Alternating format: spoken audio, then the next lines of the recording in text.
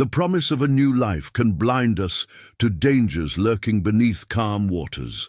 When Charlotte Webb stepped off the stagecoach into the muddy remains of Silver Creek, she carried only her valise, her mother's faded locket, and letters from a man who'd promised her shelter from the storms of life. She never imagined she would find her intended groom's town washed away by angry floodwaters, or that the man himself would be sitting in a military prison cell, accused of a murder that had shocked the entire territory. As Charlotte uncovers layers of deception that reach back decades, she finds herself drawn to the cavalry officer tasked with bringing her the grim news. Together, they must navigate treacherous waters where old hatreds run as deep as the river that destroyed Silver Creek, and where Charlotte's search for a husband may lead her into the crosshairs of a killer who has already claimed several victims. Before we jump back in, tell us where you're tuning in from, and if this story touches you, make sure you're subscribed, because tomorrow I've saved something extra special for you. The stench of river mud and decay hung in the air as Charlotte Webb peered through the stagecoach window at what remained of Silver Creek, Wyoming territory. Rain-laden clouds stretched across the horizon, threatening another downpour, as if the heavens hadn't already unleashed enough destruction upon this small frontier settlement. "This can't be right," Charlotte murmured, clutching the worn envelope containing the latest letter from Nathan Blackwood, the man she'd agreed to marry after 8 months of correspondence. The driver, a weathered man with tobacco-stained teeth, spat onto the soggy ground as he opened the door. "Silver Creek, ma'am. What's left of it, anyway. Worst flood in 30 years came through last week, took half the town with it."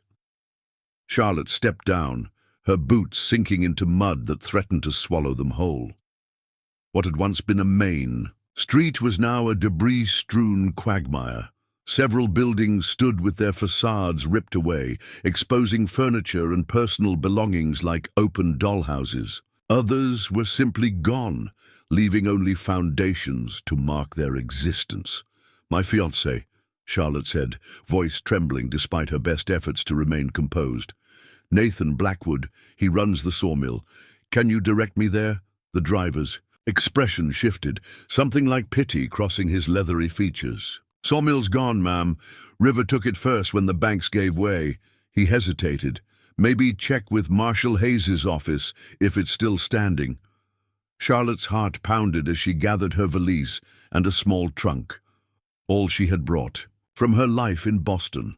At 26, she'd been considered firmly on the shelf, her prospects diminished after her father's banking scandal had left the family name tarnished. Nathan's advertisement in the Eastern Herald had seemed like divine providence. "Respected businessman seeks educated bride for companionship and assistance with correspondence. Age not important, character is." His letters had revealed a thoughtful, ambitious man who owned a prosperous sawmill in a growing settlement. He had written of building her a proper house with glass windows and a piano in the parlor. Now she stood in mud to her ankles, watching townsfolk salvage waterlogged possessions from the wreckage of their lives. "Excuse me?" Charlotte called, to a woman carrying a basket of sodden linens. "Could you point me toward Marshal Hayes's office?" The woman looked Charlotte up and down, taking in her travel-worn but clearly Eastern attire. "You're not from around here?" "No, I've come to—" Charlotte hesitated. How to explain that she had traveled nearly 2,000 miles to marry a man she'd never met, only to find his town in ruins? "I'm looking for Nathan Blackwood." The woman's face hardened, her knuckles whitening around the basket handle. Without a word, she turned and hurried away. Charlotte stood bewildered until a deep voice behind her said, "You'll find folks aren't eager to discuss Blackwood these days, ma'am." She turned to face a tall man in the mud-spattered blue uniform of a cavalry officer. His dark hair was cropped short beneath his hat, and a jagged scar ran along his jawline, giving his otherwise handsome face a foreboding quality. "I'm Lieutenant Daniel Archer, 7th Cavalry," he said, removing his hat. "And you would be Miss Charlotte Webb, I presume?" Charlotte's breath caught. "How do you know my name?" I've been waiting for the eastbound stage. Marshal Hayes received a telegram from Boston inquiring about your safe arrival. His eyes, a startling shade of blue against his sun-browned skin, held something like regret. Miss Webb, I think you'd better come with me. There are matters regarding Mr. Blackwood that you need to be made aware of. A cold dread settled in Charlotte's stomach. Is he dead? Was he lost in the flood? No, ma'am. The flood's not what concerns Mr. Blackwood at present. Lieutenant Archer glanced around at the mud-covered street. This isn't a conversation for public ears. The marshal's office is still intact, though the jail behind it wasn't so fortunate. Charlotte followed the lieutenant through the devastation, stepping carefully around fallen beams and scattered merchandise from what had once been the general store. They passed a group of men reinforcing what remained of the bank with wooden supports, while others cleared debris from where the blacksmith's forge had stood. The marshal's office was one of the few structures still wholly intact, built as it was on slightly higher ground. Inside, a grey-haired man with a drooping mustache looked up from papers scattered across his desk. Marshal Hayes, Lieutenant Archer said. This is Miss Charlotte Webb. Hayes's expression cycled through surprise, recognition, and something like compassion. Miss Webb, you got here faster than we expected. He gestured to a chair across from his desk. Please, sit down. Charlotte remained standing. Where is Nathan Blackwood? Hayes and Archer exchanged a glance before the marshal sighed.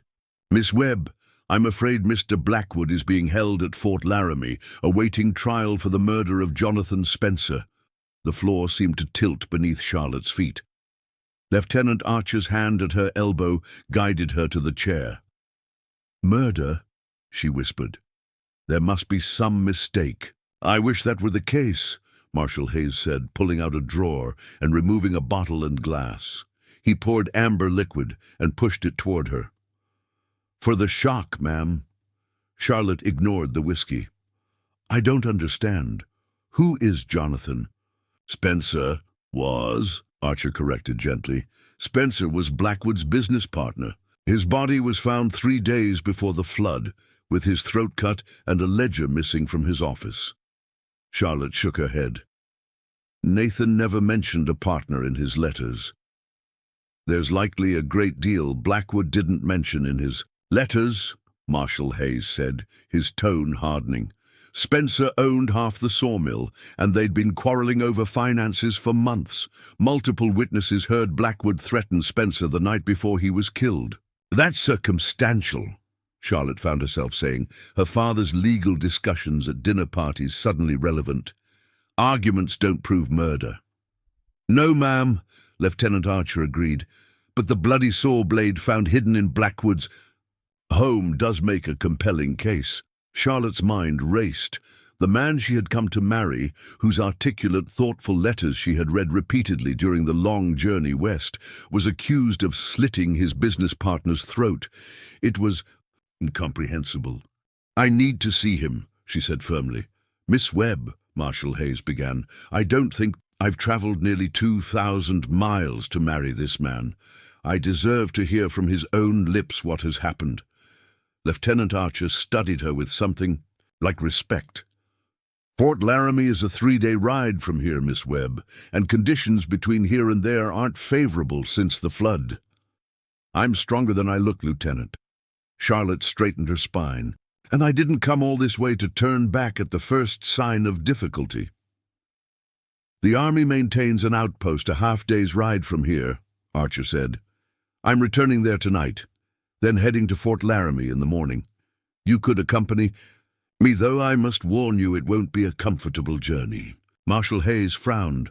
Archer, you can't be serious about taking a lady through that terrain. The bridges are washed out, and there have been reports of Harkin's gang sighted near Cooper's Ridge.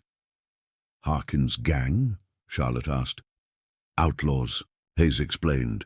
They prey on travelers and small settlements, been causing trouble throughout the territory for years. Lieutenant Archer's jaw tightened. All the more reason Miss Webb shouldn't remain in what's left of Silver Creek, unprotected. Most of the townsfolk have relocated to higher ground or left the area entirely. The marshal couldn't argue with that logic. Where will she stay tonight? The widow Patterson's boarding house survived, Archer replied. It's on the far side of town, away from the river. I've already arranged for a room, assuming Miss Webb would need accommodations upon arrival. Charlotte's head spun with the rapid developments. Just hours ago, her greatest concern had been making a good first impression on her future husband. Now he stood accused of murder, his town lay in ruins, and she would be traveling to a military fort with a scarred cavalry officer she had just met. "Thank you, Lieutenant," she said, finding her voice. "I accept your escort to Fort Laramie." Archer nodded. "We'll depart at first light. The widow's place is this way, if you're ready." Preparing and narrating this story took us a lot of time, so if you are enjoying it, subscribe to our channel. It means a lot to us. Now back to the story. As they stepped back into the muddy street, Charlotte noticed a group of men watching them from across what had once been the town square. One of them, a barrel-chested figure with a shock of white hair, spat on the ground as they passed. "That's Victor Reynolds," Archer said quietly. "He owns the largest cattle operation in the territory. His men have been helping with the recovery effort for a price." "What sort of price?" Charlotte asked. "The kind that leaves people in debt to him for years. Reynolds has been trying to buy out smaller properties around Silver Creek for some time. The flood has given him the opportunity he's been waiting for." Charlotte studied Reynolds as they walked. Even at a distance, there was something predatory in his stance. Did he have dealings with Nathan? More than dealings. They've been at odds for years over water rights to Reynolds Creek, which feeds the mill pond. Without access to that water, Blackwood's sawmill would have been worthless. A new thought struck Charlotte with alarming clarity. "Lieutenant, is it possible that Mr. Reynolds might have had reason to wish Mr. Spencer dead? Perhaps to frame Nathan and gain control of the water rights?" Archer's eyes narrowed. "That's quite a leap of logic, Miss Webb. Is it? You just said he's taking advantage of the flood to acquire properties. Would murder be so different?" The lieutenant remained silent for several steps. "Marshal Hayes investigated thoroughly. The evidence against Blackwood is substantial." "Evidence can be manipulated," Charlotte countered, thinking again of her father's disgrace. He had been framed by his business partner, his signature forged on documents that had sent him to prison and left his family destitute. It had taught Charlotte a valuable lesson about appearances versus reality. "You seem determined to believe in Blackwood's innocence, despite never having met the man," Archer observed. "I know his character through his letters," Charlotte said. "In 8 months of correspondence, not once did he show himself to be anything but honorable and forthright." Archer's expression softened marginally. "I hope, for your sake, that your assessment proves correct." They had reached a 2-story white clapboard house set back from the road, miraculously untouched by the flood's destruction. A sign reading Patterson Boarding House hung by the entrance. A stout woman with silver-streaked hair opened the door before they reached it. "Lieutenant Archer," she greeted, then turned curious eyes to Charlotte. "And this must be Miss Webb." "Widow Patterson," Archer confirmed. "Miss Webb will need that room for tonight." Of course. Come in, dear. You look like you've had quite a shock." The widow ushered Charlotte inside, casting a significant glance at Archer. "Will you join us for supper, Lieutenant?" "Thank you, but I have matters to attend to before we depart tomorrow." He tipped his hat to Charlotte. "I'll return at dawn, Miss Webb." As the lieutenant turned to leave, Charlotte called after him. "Lieutenant Archer, why were you assigned to meet me? Surely escorting a mail-order bride isn't cavalry business." Archer paused, his expression unreadable. "Nathan Blackwood and I served together during the war. Despite our differences since then, I owe him this courtesy." Without further explanation, he strode away. The widow showed Charlotte to a small but clean room on the second floor. Hot water for washing will be up shortly, and supper's at 6. She hesitated at the door. You should know, Miss Webb, that opinion in Silver Creek is divided about Nathan Blackwood. Some folks believe he's innocent of Spencer's murder. And what do you believe, Mrs. Patterson? The widow sighed. I believe Nathan Blackwood is a man with secrets, like most who come west to start over. Whether those secrets include murder, I couldn't say. She met Charlotte's gaze directly. But I do know that Jonathan Spencer was not the upstanding citizen some claim. That man had shadows in his past as dark as any in Silver Creek. After the widow departed, Charlotte sank onto the bed, exhaustion from the journey and the day's revelations catching up with her. She removed Nathan's letters from her valise, rereading his most recent correspondence. Had she missed some clue, some hint of the troubles he faced? The letter, dated just 3 weeks earlier, mentioned expansion plans for the sawmill and his excitement about her imminent arrival. One passage stood out now with new significance. I have discovered matters that may change our future in ways I hadn't anticipated. When you arrive, there is much we must discuss. Charlotte traced her fingers over his neat handwriting. What had Nathan discovered? Was it connected to Spencer's murder? And why had Lieutenant Archer been so deliberately vague about his relationship with her intended groom? As twilight descended on the remains of Silver Creek, Charlotte stood at her window, watching military wagons distribute supplies to flood survivors. In one of them, Lieutenant Archer directed men unloading barrels of flour and salt pork. His movements were efficient, his manner commanding. For a moment, he glanced up at her window, their eyes meeting briefly across the distance.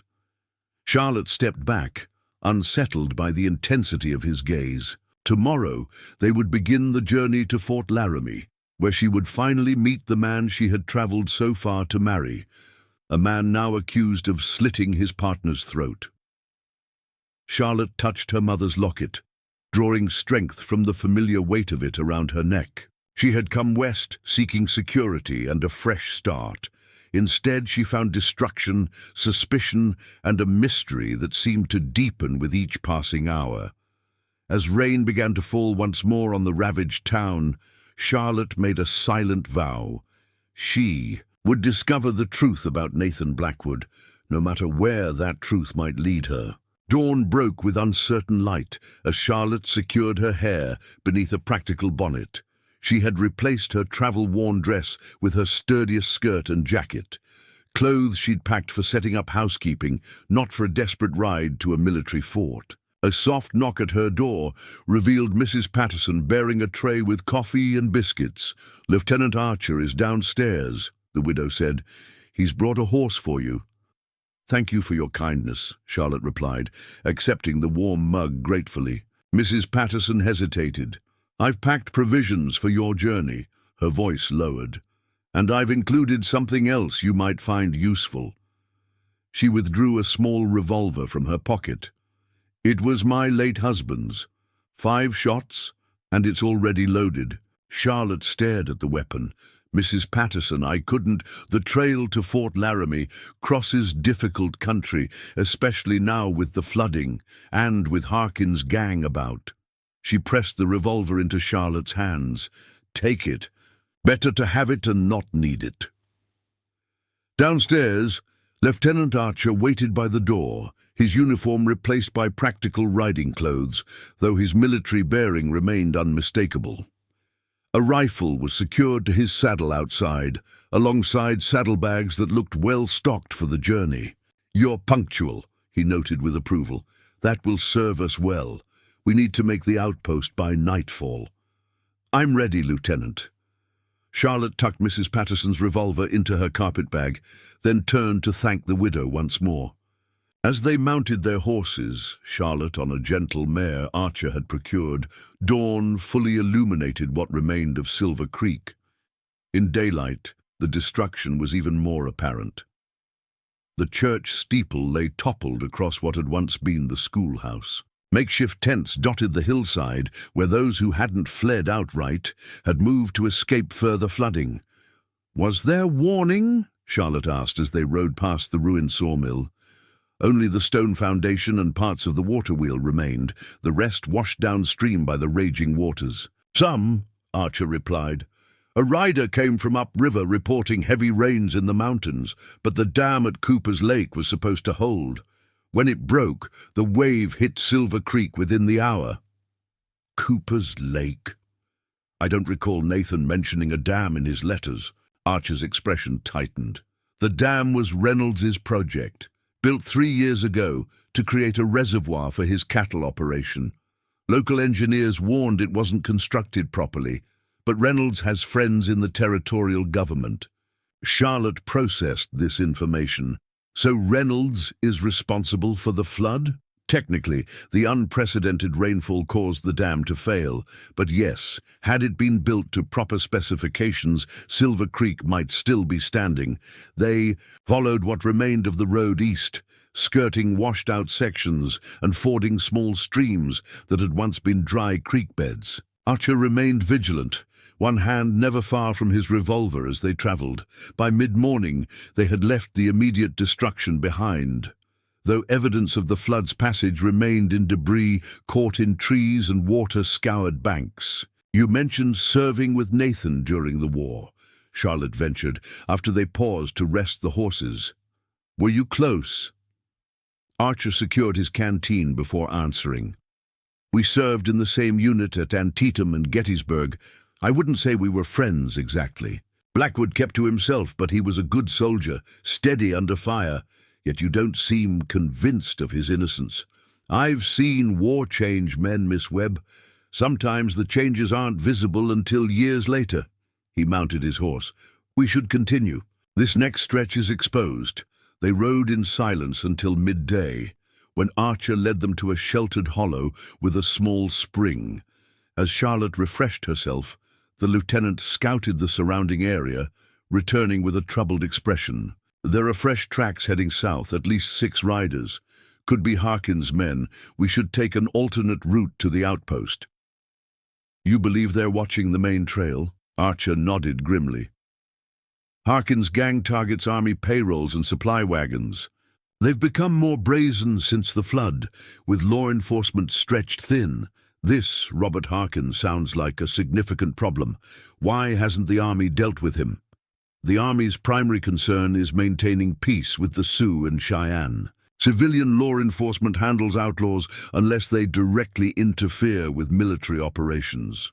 Archer checked his rifle. "That said, capturing Harkin would advance many officers' careers. He's evaded pursuit for 3 years now." They took a winding path through dense woodland, adding miles to their journey, but avoiding the exposed ridge where Archer had spotted the tracks. By late afternoon, storm clouds gathered again, and thunder rumbled in the distance. "There's an abandoned cabin ahead," Archer said, as fat raindrops began to fall. "We can shelter there until this passes." The cabin was little more than a hunter's shack, a single room with a stone fireplace and crude furnishings, but it was dry. Archer quickly built a small fire, while Charlotte arranged their provisions on a rough-hewn table. "You're quite adept at frontier living for a Boston lady," Archer observed, as she efficiently organized their meal. "My family's circumstances changed dramatically when I was 16, Charlotte replied, slicing jerky and dried apples. "My father was a bank president who went to prison for fraud, crimes he didn't commit. My mother and I learned to manage with far less than we were accustomed to." Archer's expression softened. "I apologize for presuming." "No offense taken, Lieutenant. Many assume that because I came west as a mail-order bride, I must be desperate or naive. The truth is more practical. With my family name tarnished, my prospects in Boston were limited. Nathan's advertisement offered independence and purpose." She hesitated. His letters revealed a thoughtful man building something meaningful, not someone capable of murder. "May I ask what he wrote about Silver Creek and his business?" Charlotte retrieved the letters from her bag, selecting one from the previous autumn. He described the town as growing steadily with a church, school, and thriving commerce. The sawmill was meeting increased demand from new settlements throughout the territory. She frowned. There's no mention of a business partner. Spencer became involved about 6 months ago, Archer explained. He arrived with capital to expand the operation just when Blackwood needed it most. Because of the dispute with Reynolds over water rights? Archer nodded. Reynolds had begun diverting more water to his reservoir, leaving the sawmill with insufficient flow. Blackwood needed funds for legal proceedings and to modify the mill to operate with less water. Thunder cracked overhead and rain intensified, drumming on the cabin's roof. Archer added wood to the fire, his scarred profile illuminated by the flames. "How did you get that scar, if you don't mind my asking?" Charlotte ventured. Archer's hand unconsciously touched his jaw. "Andersonville Prison. I was captured at Cold Harbor in '64, spent 8 months there before the war ended." Charlotte's eyes widened. "You survived Andersonville? I read accounts of the conditions there." "Words can't capture it," Archer said quietly. "Over 13,000 men didn't make it out. I was fortunate." "Was Nathan there as well?" "No. He was wounded at Petersburg, sent home before the surrender." Archer stared into the fire. "We didn't meet again until I was assigned to Fort Laramie 3 years ago. He'd already established himself in Silver Creek by then." Charlotte sensed there was more to the story than Archer was revealing, but before she could press further, a sound outside the cabin froze them both. The distinct crack of a branch, too deliberate to be natural. Archer extinguished the lamp with a swift movement, plunging the cabin into relative darkness, illuminated only by the fire's glow. He drew his revolver, motioning for Charlotte to move away from the windows. "Take this," he whispered, passing her a cavalry carbine from his saddle gear. "If anything happens to me, there's a box of ammunition in the left saddlebag. The outpost is northeast, following the creek. Captain Ellis will arrange your transport to Fort Laramie." Charlotte's heart hammered as she accepted the weapon, grateful now for the shooting lessons her father had insisted upon during her youth. Together they waited in silence as footsteps circled the cabin. A low whistle sounded, followed by a man's voice. "We know you're in there, Lieutenant Archer. No need for unpleasantness. We just want the woman." Archer's expression hardened.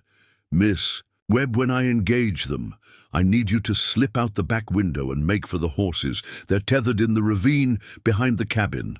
"I won't leave you to face them alone," Charlotte whispered fiercely. "This isn't a debate. I can't protect. You and fight them simultaneously." The door rattled as someone tested its strength.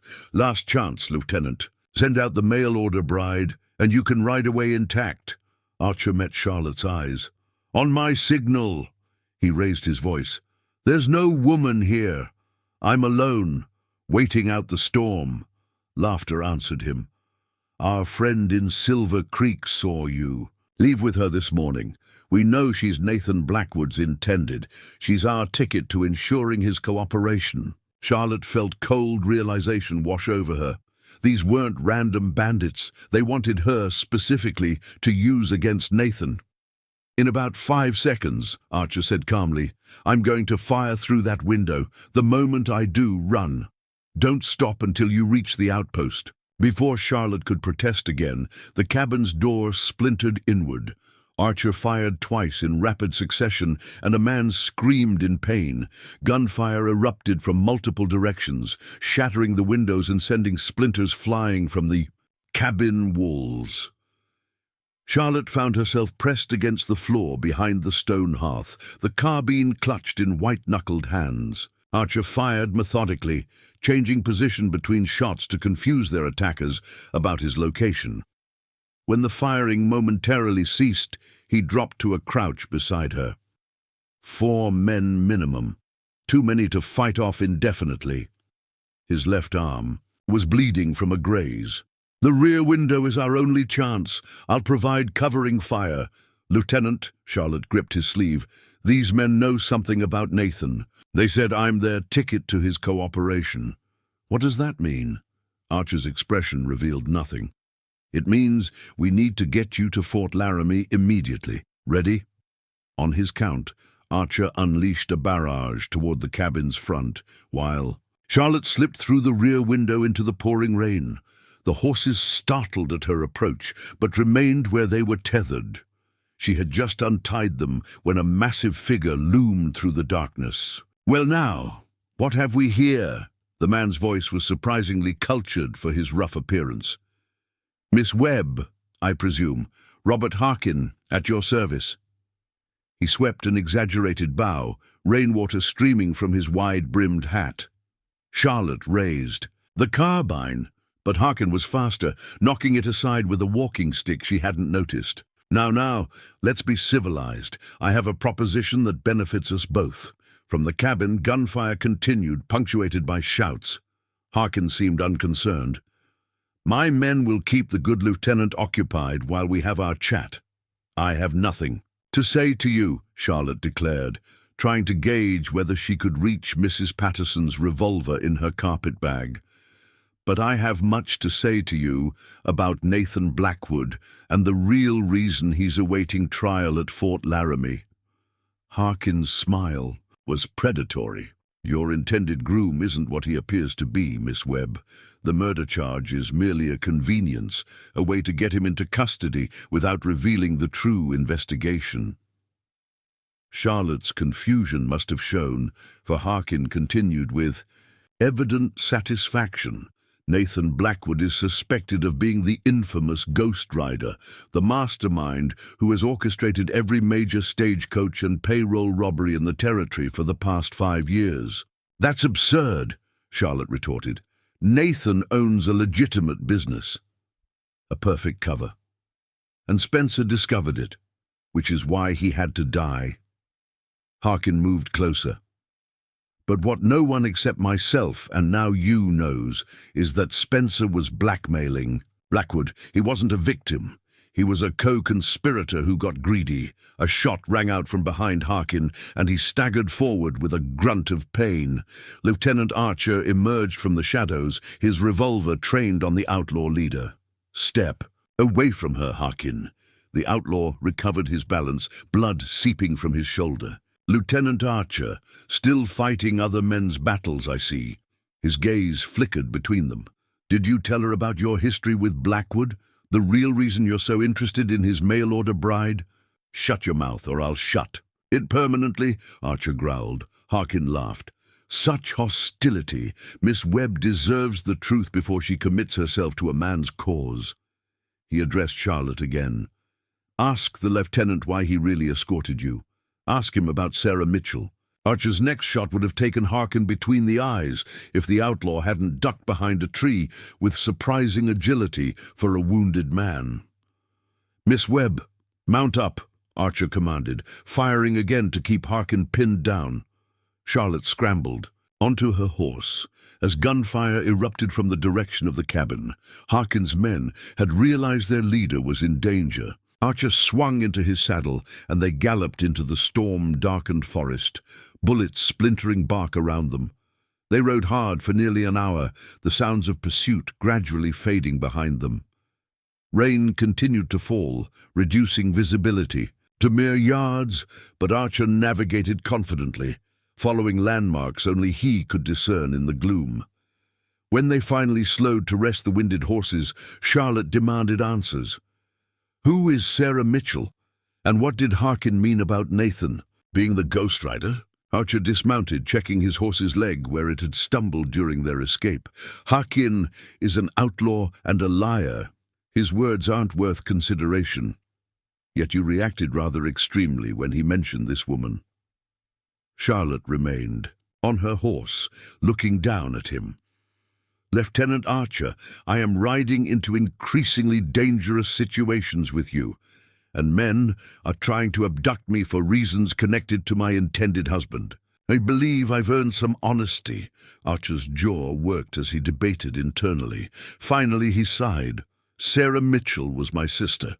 She came west as a mail-order bride 5 years ago, answering an advertisement remarkably similar to the one that brought you here. She was to marry Nathan? Charlotte asked, stunned. No, a man calling himself Frederick Logan. She traveled to meet him in Dawson's Creek, about 40 miles from Silver Creek. Archer's voice became hollow. She never arrived. The stagecoach was attacked by bandits. All passengers were killed, the strongbox taken. The Ghost Rider, Charlotte whispered. That's what the newspapers called him.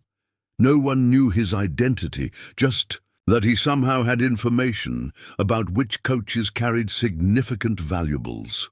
Archer looked up at her, his eyes haunted. 3 months after Sarah's murder, Nathan Blackwood established his sawmill in Silver Creek with a surprising amount of capital for a former soldier. Charlotte felt as though the ground were shifting beneath her. You believe Nathan is responsible for your sister's death, that he's the Ghost Rider? I have no proof, but the timing was suspicious, and Blackwood's background before arriving in Wyoming is conveniently vague. Archer's expression hardened. When I learned another mail-order bride was coming to marry him, I requested the assignment of meeting your stage. History has a way of repeating itself, Miss Webb. I wasn't about to let another innocent woman disappear. Yet you said nothing of these suspicions to me. You were taking me directly to him, under military escort, with full awareness of who and what he might be, Archer countered. And now that he's in custody awaiting trial for Spencer's murder, you'd be protected while I continued my investigation? Charlotte's mind raced, fitting together pieces of a puzzle she hadn't known existed until now. And Harkin? How does he fit into this? Harkin is an opportunistic vulture. If Blackwood is indeed the Ghost Rider, they would be rivals in the same territory. Harkin would benefit from his removal. Archer mounted his horse again. We need to reach the outpost before full dark. We've lost enough time. As they rode through the deepening gloom, Charlotte's thoughts tumbled in disarray. The man whose letters had given her hope for a new beginning stood accused not just of murdering his business partner, but potentially of being an infamous bandit, responsible for multiple deaths, including the sister of the very man escorting her to Fort Laramie.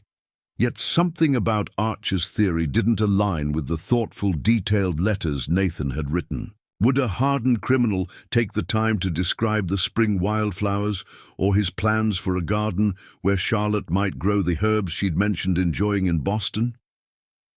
Lieutenant, she said as they crested a ridge and saw lamplight in the distance, the outpost at last. Regardless of your suspicions, I still intend to meet Nathan Blackwood and hear his side of this story. Archer's expression was grim in the gathering darkness. I expected nothing less, Miss Webb.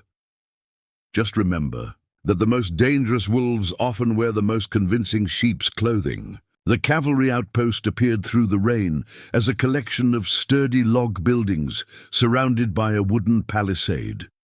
As they approached the gate, a sentry called out for identification. Lieutenant Daniel Archer, 7th Cavalry, with civilian escort. Charlotte Webb, Archer responded, his voice carrying authority despite their bedraggled appearance. The gates swung open to reveal a muddy yard where soldiers hurried to take their horses. Captain Ellis, a mustached officer with graying temples, emerged from the command building, surprise evident on his weathered face. Archer, we weren't expecting you until tomorrow. His gaze shifted to Charlotte, taking in her sodden appearance, with concern. Miss Webb, I presume, you've had quite a journey, it seems. Harkin's men ambushed us at the old trapper's cabin, Archer reported tersely. 6 men, possibly more. Harkin himself was present. Ellis's eyebrows rose. Harkin? That's unusual. He typically sends his lieutenants for ambushes. He wanted Miss Webb specifically. Archer's tone conveyed the significance of this detail. He knew who she was and her connection to Blackwood. The captain's expression darkened. Inside, both. Of you, this conversation shouldn't happen in the open. As Charlotte followed the officers into the warm, lamp-lit building, she felt the weight of each revelation settling upon her shoulders. What had begun as a journey toward marriage had become entangled in a web of murder, banditry, and personal vendetta. Tomorrow they would continue to Fort Laramie, where Nathan Blackwood awaited trial.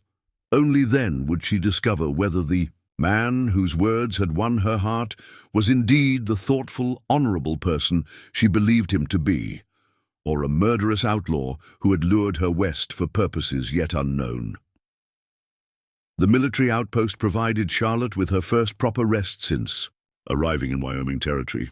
Though the accommodations were sparse, a narrow cot in a storage room hastily converted for her use, the solid walls and armed sentries allowed her to sleep without fear of Harkin's men.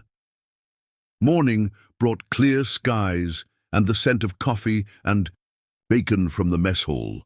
Charlotte had just finished brushing out her hair when a knock sounded at her door. A young soldier stood outside, cap in hand. "Captain Ellis requests your presence in the command office, ma'am." She found the captain and Lieutenant Archer bent over a map, their expressions grave. Ellis straightened when she entered. "Miss Webb, I hope you rested well. We've received troubling news that affects your journey." "More flooding?" Charlotte asked, accepting the coffee Archer silently offered. "No, a telegram from Fort Laramie." Ellis handed her a yellow slip of paper. "There was an incident involving Blackwood." Charlotte read quickly, her hands growing cold despite the warm mug. "An escape attempt? That can't be right." According to the telegram, Nathan Blackwood had overcome a guard during the night and attempted to flee the fort. He'd been recaptured, but not before seriously wounding the soldier who'd tried to stop him. "Lieutenant Archer will still escort you to Fort Laramie," Ellis said, "but the commanding officer there, Colonel Winters, has restricted access to Blackwood. He's now considered dangerous." "This makes no sense," Charlotte insisted. "The man whose letters I received wouldn't attack a soldier." "Perhaps the man who wrote those letters and the man in custody are not the same," Archer suggested, his words carefully neutral. Charlotte's indignation flared. "You've believed him guilty from the start, Lieutenant. I wonder if your judgment is clouded by your personal tragedy." Captain Ellis glanced between them, sensing the tension. "Whatever the case, you'll need to delay your departure." A patrol reported Harkin's men watching the main trail to Fort Laramie. "We're sending scouts to find a secure route." "How long?" Charlotte asked. 2 days, possibly 3. Ellis rolled up the map. "In the meantime, you'll remain here under the Army's protection." After the captain dismissed them, Archer accompanied Charlotte across the muddy yard. "You believe I'm persecuting an innocent man because of what happened to my sister," he said abruptly. Charlotte met his gaze. "I believe you have strong reasons to suspect Nathan, but suspicion isn't proof. I need to see him myself, to ask the questions that matter, and if the answers aren't what you hope to hear, then I'll face that truth when I must." She looked around the busy outpost. "If I'm to be here for several days, I'd prefer to make myself useful, rather than hide in that storage room." Archer studied her with renewed respect. "The doctor could use assistance in the infirmary. We have 3 men injured in the flood relief efforts." The infirmary occupied one of the larger buildings, its windows open to the fresh air. Inside, an older man with spectacles and a military medic's badge directed a young soldier in changing bandages. "Dr. Abernathy," Archer called, "this is Miss Charlotte Webb. She's offered to assist while awaiting safe passage to Fort Laramie." The doctor assessed her with kind but shrewd eyes. "Any experience with the wounded, Miss Webb?" I volunteered. "In a Boston charity hospital for 3 years," Charlotte replied. After her father's imprisonment, many doors had closed to her family, but the Sisters of Mercy had welcomed her help regardless of her tarnished name. Dr. Abernathy nodded approvingly. "We'll put you to work immediately.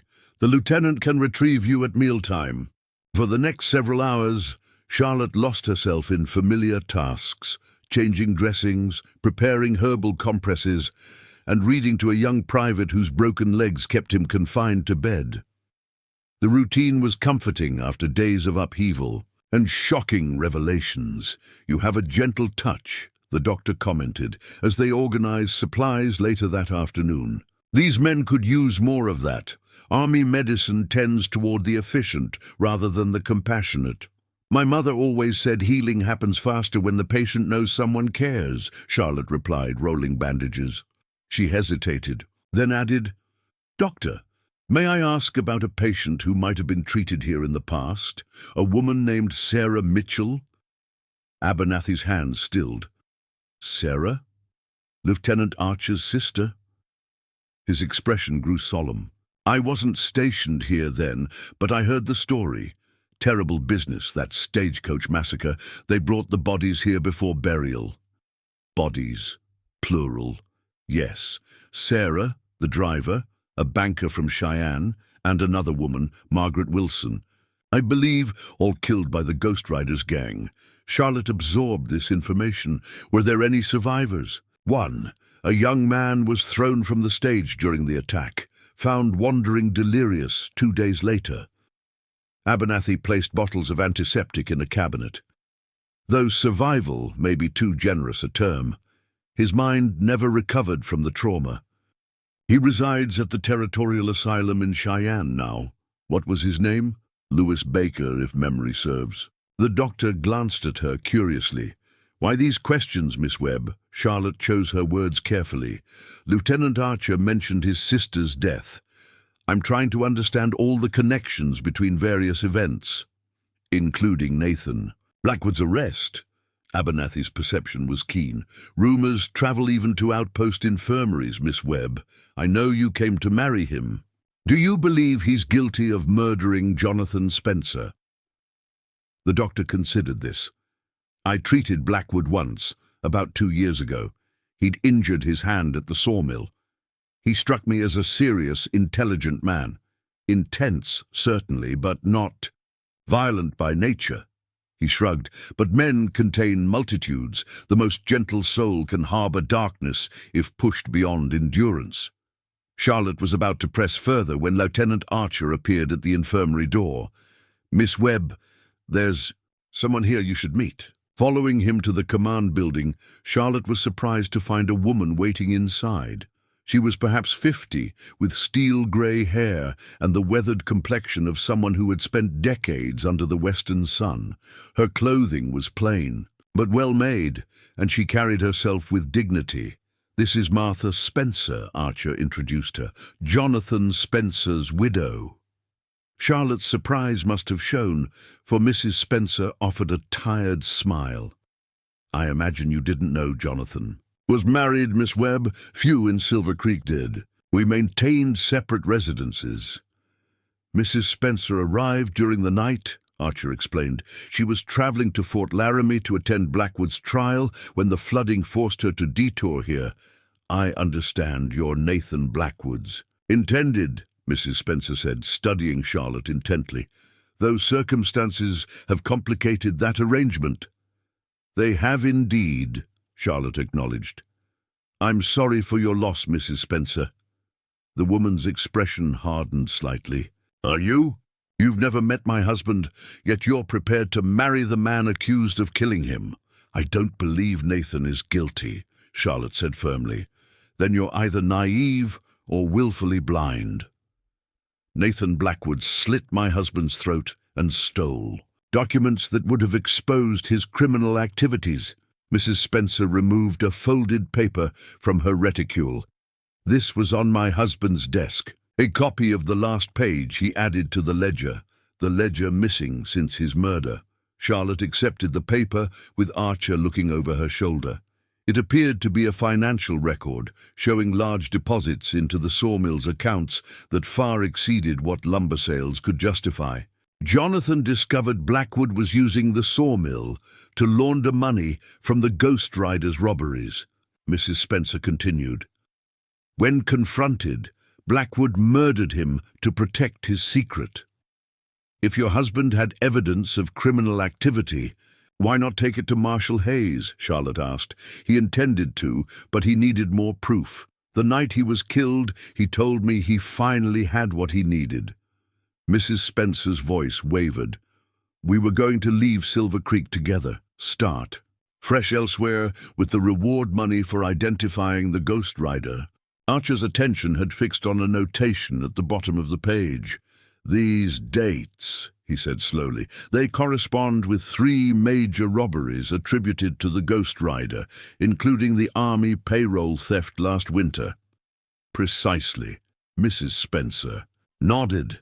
Jonathan tracked the deposits. Every major robbery was followed by an unexplained influx of cash into the sawmill's accounts. Charlotte studied the document, seeking any flaw in its logic.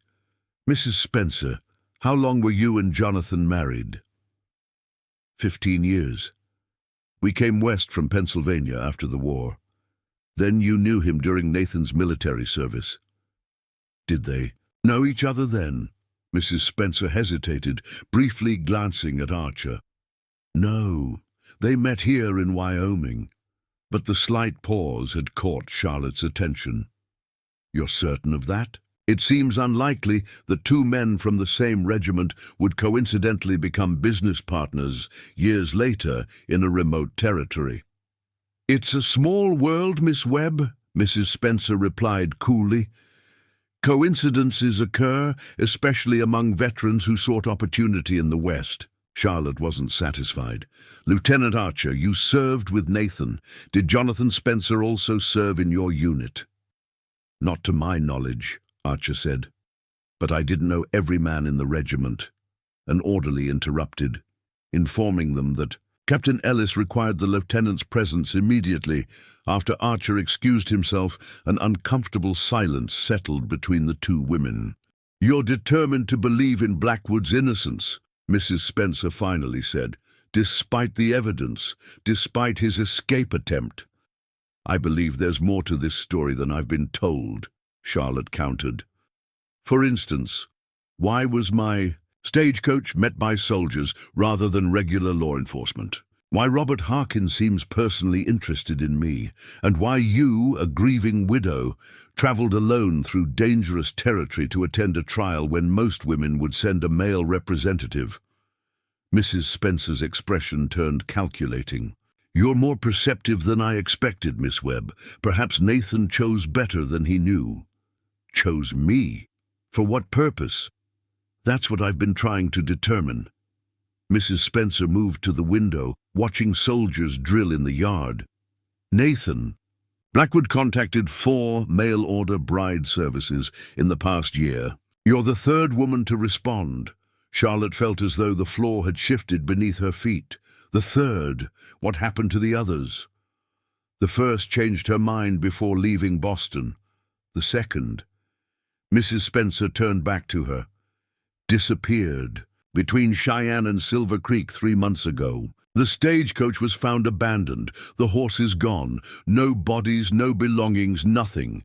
Just like Sarah Mitchell 5 years ago, Charlotte whispered. Exactly like Sarah Mitchell. Mrs. Spencer's eyes narrowed. Except this time, Blackwood was the intended groom, not a victim. Curious, wouldn't you say? Charlotte's mind raced, trying to connect these new pieces to an increasingly complex puzzle. Are you suggesting Nathan arranged the attack on his own bride-to-be? That makes no sense. Unless she learned something she shouldn't have. Or unless the bride was never the point. Mrs. Spencer stepped closer. Tell me, Miss Webb, did you bring anything valuable with you? Family heirlooms, securities, bonds? No. My family's fortunes diminished years ago. Then perhaps it was someone else on that stage who mattered. Someone who might have been carrying something worth stealing. Mrs. Spencer reached for the doorknob. Consider all angles, Miss Webb. The man who wrote those charming letters may be a carefully constructed fiction. After Mrs. Spencer departed, Charlotte remained alone in the office, her thoughts in turmoil. Each revelation seemed to cast Nathan in a more sinister light, yet inconsistencies nagged at her. If he were truly the Ghost Rider, Why draw attention by killing Spencer? Why arrange for a mail-order bride at all? And if the second bride had disappeared under suspicious circumstances, why would Charlotte have been encouraged to come? The telegram reporting Nathan's escape attempt lay on Captain Ellis's desk. Charlotte picked it up, reading it again carefully. Something about its wording troubled her. It reported that Blackwood had overcome a guard and attempted to flee, but provided no details about how a presumably disarmed prisoner had managed this feat. Voices approached outside, and Charlotte quickly replaced the telegram. Lieutenant Archer entered with Captain Ellis, both men looking grim. "We've received word from our scouts," Ellis announced. "Harkin's men have established checkpoints on all major trails to Fort Laramie. They're stopping and searching for all travelers." "Looking for me," Charlotte said, not a question. Archer nodded. "We believe so. This goes beyond typical bandit behavior. Harkin is expending significant resources to intercept you specifically, which supports the theory that you are somehow key to Blackwood's situation," Ellis added. "Whether as leverage against him or for some other purpose, we haven't yet determined." "Then time is working against us," Charlotte said decisively. "I need to reach Fort Laramie as soon as possible, before whatever Harkin fears I might discover becomes irrelevant." "There is one route they may not be watching," Archer said reluctantly, "through Campbell's Pass. It's dangerous terrain, especially after the flooding, but it would put us at Fort Laramie within 2 days. Ellis shook his head. "Campbell's Pass is too risky. The last patrol that tried it lost 2 men to a rock slide. With respect, Captain, waiting here only increases the danger to Miss Webb and to your command." Archer's tone was firm. "Harkin doesn't typically challenge the army directly, but with stakes this high, he might risk it," Charlotte interjected before Ellis could respond. "I've just spoken with Mrs. Spencer. Did you know there was another bride before me? One who disappeared 3 months ago?" Both men stared at her. "What?" Archer demanded. "According to Mrs. Spencer, a woman responded to Nathan's advertisement earlier this year. She vanished between Cheyenne and Silver Creek." Charlotte watched their reactions closely. "Just like your sister, Lieutenant, except this time Nathan was the intended groom." Ellis sank into his chair. "This changes matters if Blackwood is connected to multiple disappearances." "We don't know that he is," Charlotte insisted. "Mrs. Spencer has reason to believe the worst of the man accused of killing her husband. But what if Nathan is being framed? What if Spencer was the one with secrets to hide?" "You're reaching, Miss Webb," Ellis said gently. "The evidence against Blackwood is substantial." "Is it? A bloody saw blade found in his home. Convenient. Financial records, and now a suspicious escape attempt?" Charlotte paced the small office. "I've seen an innocent man condemned before, Captain. My father went to prison for fraud he didn't commit, based on forged documents and a partner's testimony." Archer studied her intently. "What are you suggesting?" "That nothing here is as straightforward as it appears. That we may all be pieces in a game whose rules we don't understand." Charlotte turned to Ellis. "Captain, I need to see Louis Baker." "Who?" Ellis frowned. "The survivor from the stagecoach attack that killed Sarah Mitchell. Dr. Abernathy mentioned he's in the asylum at Cheyenne." Archer's expression darkened. "Louis Baker is a broken man. He can barely feed himself, let alone provide reliable testimony." "He's also the only living witness to the Ghost Rider's methods," Charlotte countered. "If we're to understand what's happening now, we need to understand what happened then." "Cheyenne is in the opposite direction from Fort Laramie," Ellis objected. "But it may be less watched by Harkin's men," Archer said slowly, considering. "We could take the southern route to Cheyenne, speak with Baker, then approach Fort Laramie from the east, avoiding both Campbell's Pass and the main trails." Ellis stroked his mustache, weighing the proposal. "It's a significant detour, adding days to your journey." during which time Nathan remains in custody, preventing whatever scheme involves both him and me from proceeding, Charlotte pointed out. Time may be our ally rather than our enemy. After a long moment, Ellis nodded. Very well. Lieutenant Archer will escort you to Cheyenne first light tomorrow. I'll provide an escort as far as Western Junction, where you can catch the eastbound stage. As Charlotte returned to her temporary quarters to prepare for the journey, she felt a strange mixture of apprehension and determination. The man she had come to marry remained a cipher, either an innocent victim of elaborate machinations or a dangerous criminal who had lured her west for unknown purposes.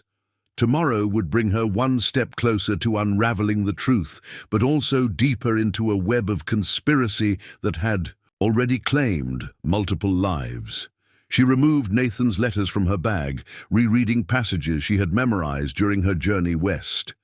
Either the man who wrote these thoughtful, articulate pages was a skilled deceiver, or he was the victim of a deception so elaborate it implicated the army, the law, and even the grieving widow of his business partner. As darkness fell over the outpost, Charlotte made a silent promise. She would discover the truth about Nathan Blackwood, regardless of where that truth might lead her, even if it led to the gallows. Dawn had barely broken when Charlotte joined Lieutenant Archer at the stables. Captain Ellis had provided fresh horses and supplies for their journey to Cheyenne, along with an escort of 4 cavalrymen who would accompany them to Western Junction. "You should wear this," Archer said, handing her a worn cavalry jacket. "It's better if you're not immediately identifiable as a woman from a distance." Charlotte donned the jacket over her riding clothes, tucking her hair beneath a wide-brimmed hat. The disguise was hardly perfect, but might confuse observers at a glance. "Mrs. Spencer left during the night," Archer informed her as they mounted. "Said she preferred to continue to Fort Laramie immediately rather than delay." "That seems odd," Charlotte observed. "She traveled all this way, yet couldn't wait another day to speak with me further." "My thoughts exactly." Archer checked his weapons before securing them. Captain Ellis offered an escort, but she declined.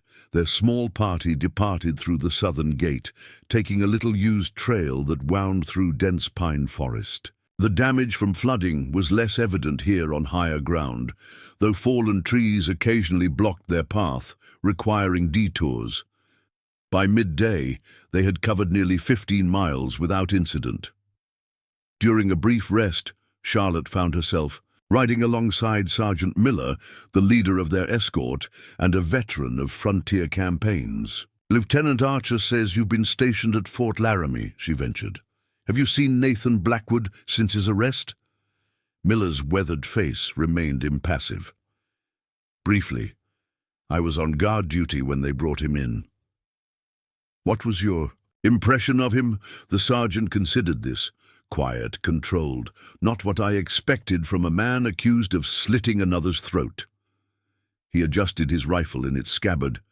"He asked for paper and ink to write letters. Colonel Winters denied the request, so he couldn't write to me," Charlotte mused. This explained the silence since her arrival. "The colonel's taking no chances after the escape attempt," Miller added. "You say that as though you doubt it happened." Miller glanced toward Archer, who was conferring with the scouts ahead. "It's not my place to question official reports, ma'am. But unofficially," the sergeant's voice lowered, "Winters and Blackwood have history, bad blood from during the war, something about a court-martial that didn't stick. Some wonder if the colonel is enjoying Blackwood's predicament more than is proper." Charlotte filed away this new information as they resumed their journey. The terrain gradually changed from forest to rolling hills as they approached Western Junction. By late afternoon, the small settlement consisted of little more than a stage station, a general store, and a saloon. "The eastbound stage should arrive tomorrow morning," Archer informed her as they dismounted. "We'll secure rooms at the station for the night." The stage station offered basic accommodations, a women's dormitory with 4 beds for female travelers, and a similar arrangement for men. As their military escort prepared to return to the outpost, Sergeant Miller approached Charlotte one last time. "Ma'am, there's something else you should know about Blackwood." He glanced around to ensure they weren't overheard. The night before they found Spencer's body, Blackwood came to Fort Laramie. He requested an urgent meeting with Colonel Winters, said he had information about the Ghost Rider. Charlotte's pulse quickened. What happened? The colonel refused to see him, sent him away. Next morning, Spencer was found dead, and Blackwood was arrested for his murder. Miller touched his hat in farewell. "Make of that what you will, ma'am." As the cavalrymen departed, Charlotte sought out Archer, who was arranging their passage on tomorrow's stage. "Did you know Nathan tried to bring information about the Ghost Rider to Colonel Winters the night before Spencer's murder?" Archer's expression revealed nothing. "Who told you that?" "Sergeant Miller. He said the colonel refused to meet with Nathan." "It could have been a ploy, Blackwood attempting to establish an alibi before committing murder. Or it could have been a genuine," Charlotte countered. "Nathan may have discovered Spencer's connection to the Ghost Rider and sought help from authorities." "Speculation without evidence, Miss Webb." Archer paid the station master. "We'll have answers soon enough." That evening, Charlotte sat on the station's narrow porch, watching the sunset paint the western sky in vivid oranges and purples. Archer joined her, offering a cup of coffee. "Beautiful country," he commented, scanning the horizon. "Hard to believe. There's so much violence and deception beneath such beauty. My father used to say that nature remains innocent, only people create evil," Charlotte replied. She hesitated, then asked the question that had been troubling her. "Lieutenant, were you aware that Colonel Winters and Nathan have a history from during the war?" If her question surprised him, he didn't show it. "Yes, Winters was briefly Blackwood's commanding officer before being promoted. There was an incident, civilian casualties during a raid. Blackwood filed charges, claiming Winters had ordered the killing of non-combatants. The matter was investigated but ultimately dismissed. And now this same colonel presides over the detention of a man he has reason to resent." Charlotte shook her head. "The more I learn, the more complex this becomes." "Justice on the frontier is rarely straightforward," Archer acknowledged. "But a bloody saw blade and financial records can't be explained away by old grudges." The rumble of an approaching wagon interrupted their conversation. It was unusual for travelers to arrive after sunset, and Archer instinctively moved his hand to his sidearm. The wagon came into view, a covered farm wagon driven by an elderly man with a woman in a sunbonnet beside him. They pulled up to the station, and the woman called out in a quavering voice, "Might we trouble you for some water? Our barrel sprung a leak back a ways." Archer relaxed slightly. "Of course. The pump's just around back." The old man climbed down, stiffly carrying a wooden bucket. As he disappeared around the building, the woman remained seated, fanning herself. "Mercy, it's a warm evening for spring." She smiled at Charlotte. "My, what a lovely young lady. Travelling far, dearie?" Before Charlotte could answer, Archer cut in. "Ma'am, where are you and your husband headed this late?" "Oh, just to our daughter's place near Table Rock." She gestured vaguely eastward. "Franklin's got it in his head we need to reach her before the next rain." Something about the woman's manner struck Charlotte as theatrical. Her movements too deliberate, her accent inconsistent. She cast a warning glance at Archer, who had noticed the same peculiarities. "Your husband's taking quite a while with that." "Water," he observed, stepping toward the rear of the station. Before he could move further, the distinct click of a revolver being cocked froze him in place. The elderly woman had produced a pistol from beneath her shawl, and her voice dropped its quaver, becoming hard and masculine. "That's far enough, Lieutenant. Hands where I can see them." Archer slowly raised his hands. "Harkin's people, I presume?" The disguised man smiled coldly. "Got it in one, soldier boy." He called out, "All clear, boys." The elderly husband reappeared with 3 rough-looking men, all armed. The station master and his wife were marched out at gunpoint, hands bound. "Inside, all of you," ordered the leader, a tall man with a jagged scar across his cheek. "Seems like our boss was right about you heading to Cheyenne." Herded into the station's main room, Charlotte found herself seated beside the frightened station master and his wife while Archer was bound to a chair, his weapons confiscated. "Robert Harkin sends his regards," the scarred man said, removing the sunbonnet from his cohort. "Said you might try something clever after your escape at the cabin." "What does Harkin want with us?" Charlotte demanded, fighting to keep her voice steady. "Not us, Mom. Just you." The man grinned, revealing tobacco-stained teeth. "Lieutenant, here is just an inconvenience to be dealt with." Archer tested his bonds discreetly. "Harkin must be desperate if he's risking the murder of a cavalry officer." "Who said anything about murder?" The leader laughed. "Accidents happen all the time. On the frontier, Lieutenant Archer tragically thrown from his horse while escorting a young lady. Very sad. Meanwhile, Miss Webb continues her journey with different companions." Charlotte's mind raced. They hadn't killed her or Archer immediately, which meant they needed something from them first. "Where's Robert Harkin, if he wants to speak?" "With me, he should do so directly. Boss is busy with other matters. Asked us to deliver you to him at Carson's Ridge." The leader gestured to one of his men. "Check upstairs. Make sure there's no one else."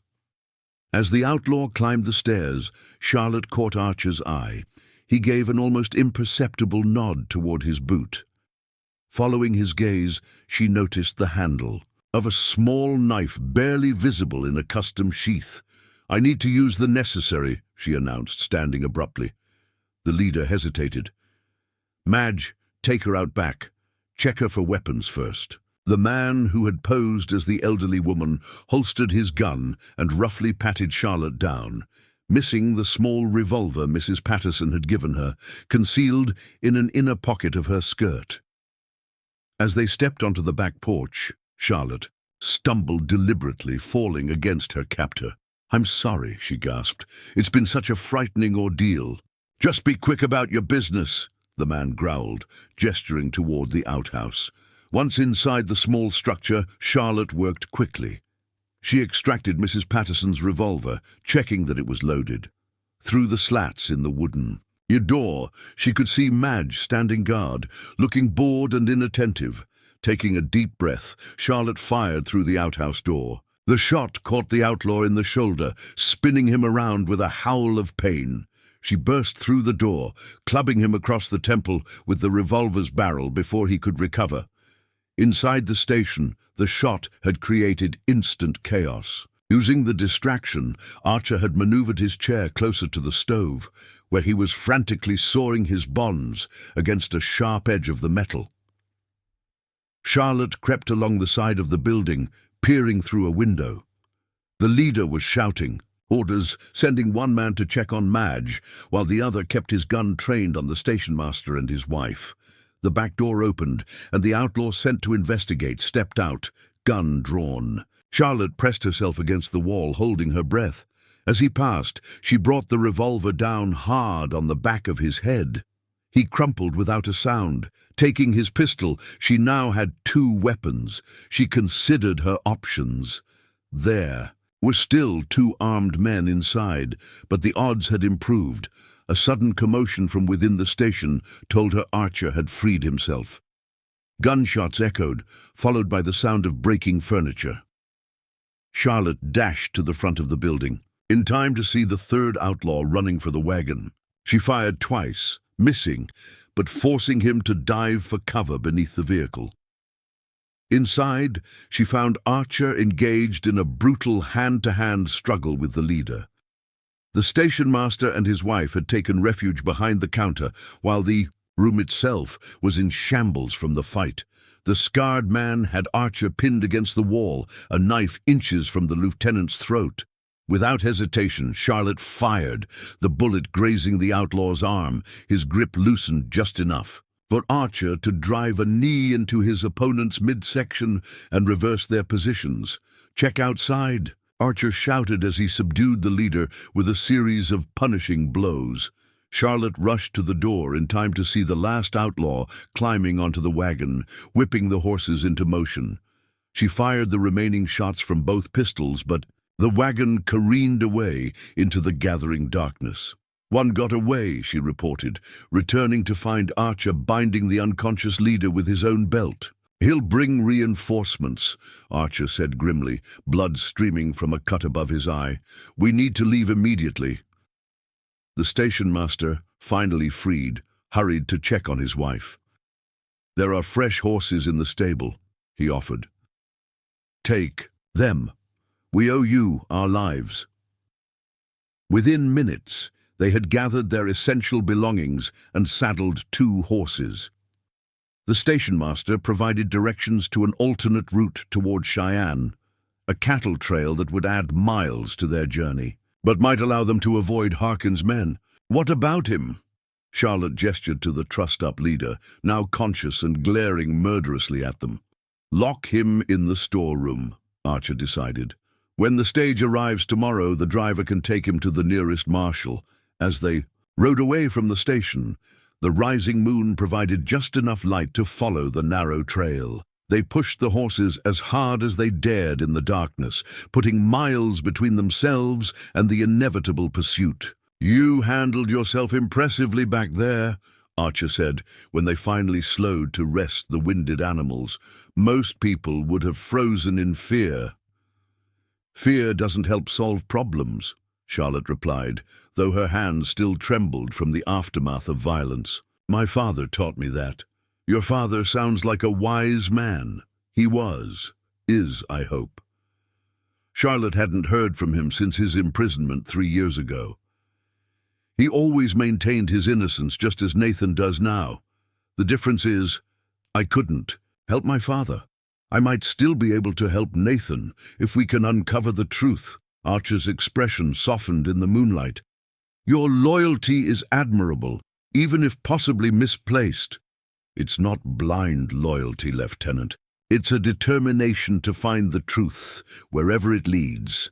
She adjusted her hat, wincing at sore muscles from the fight. "What do you think Harkin wants with me specifically?" "Something to do with Blackwood, clearly." Archer scanned the horizon for signs of pursuit. "The timing is too precise for coincidence. You arrive just after Spencer's murder. Blackwood is arrested, and suddenly Harkin is expending considerable resources to capture you. Could Harkin be the real Ghost Rider, worried that I might somehow expose him? Possible, but unlikely. Harkin's activities are well documented: regular banditry, stagecoach robbery, extortion. The Ghost Rider operates differently, with inside information and precision planning. They continued through the night, following the cattle trail through rolling grasslands. By dawn, they had covered nearly 20 miles, reaching a small creek, where they allowed the horses to drink while they ate a meager breakfast of jerky and hardtack from their saddlebags.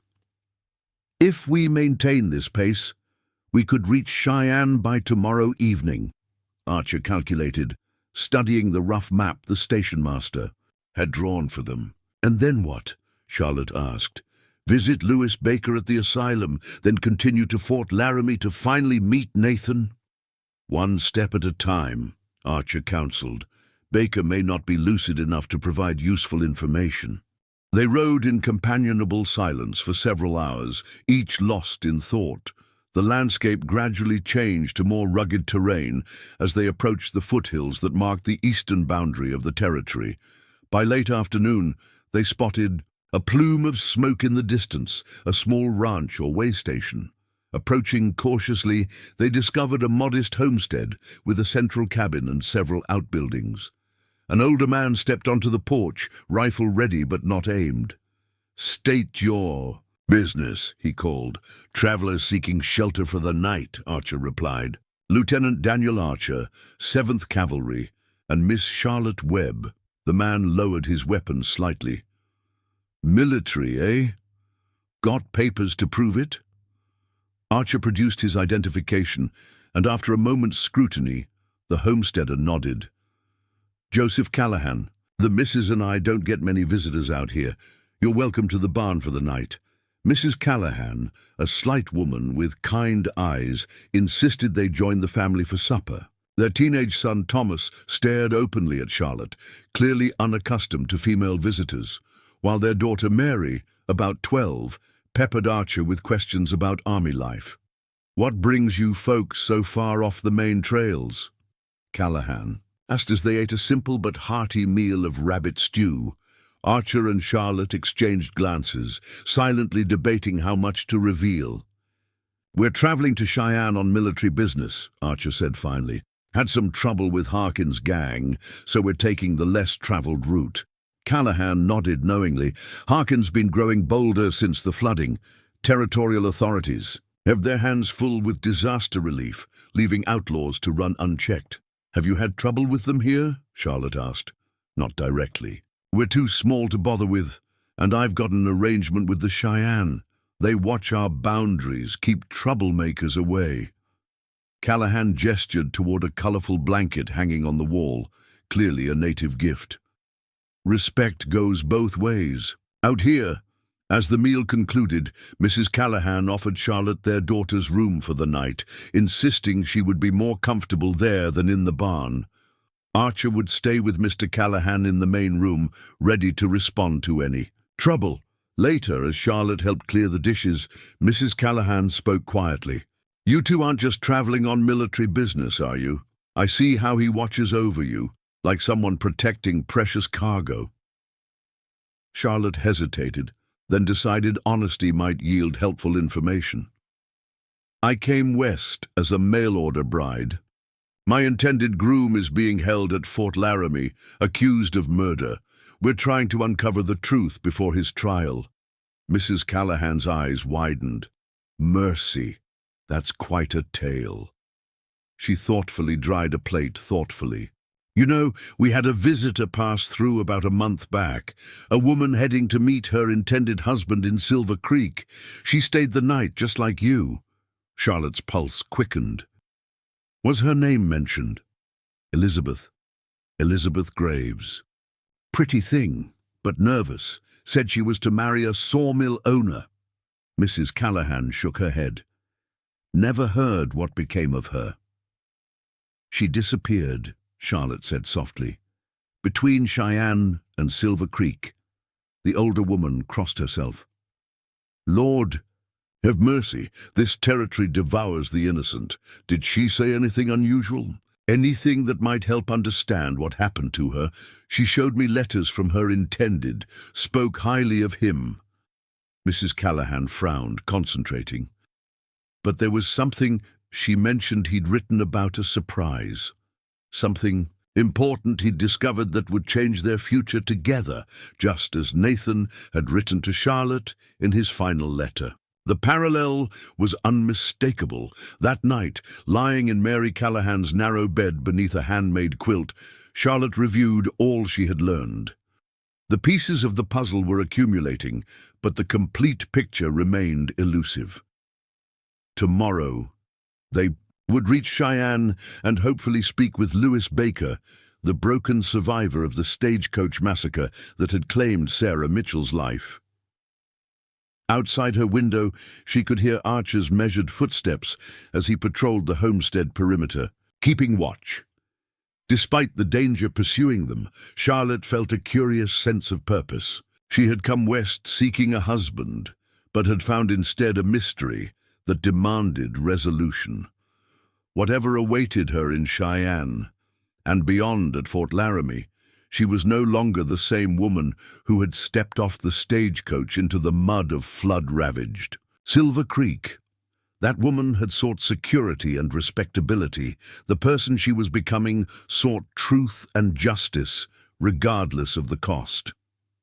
Cheyenne loomed on the horizon as Charlotte and Lieutenant Archer approached the territorial capital. After a day and a half of hard riding, the city's buildings, substantial structures of brick and stone, stood in stark contrast to the wooden facades of Silver Creek. Dusty from travel and weary from constant vigilance, they paused on a ridge overlooking the settlement. "We should separate once we reach the city," Archer advised. Harkin's informants will be looking for a cavalry officer traveling with a woman. Where will we meet? Charlotte adjusted her hat, which had served as an effective disguise during their journey. The Wyoming Territorial Asylum is on the eastern edge of town. I'll secure rooms at the Cattleman's Hotel under an assumed name, then meet you at the asylum at 4 o'clock. He handed her a small pouch of coins. For expenses and in case we're separated unexpectedly, Charlotte tucked the money into her boot. What if Baker can't or won't speak with us? Then we've lost a day, but gained the advantage of approaching Fort Laramie from an unexpected direction. Archer's expression was grim. With Harkin's men searching so determinedly for you, the element of surprise may be our best protection. They entered Cheyenne separately, Charlotte riding directly to the asylum, while Archer took a circuitous route through the busier sections of town. The asylum itself was a formidable structure of red brick surrounded by a high iron fence.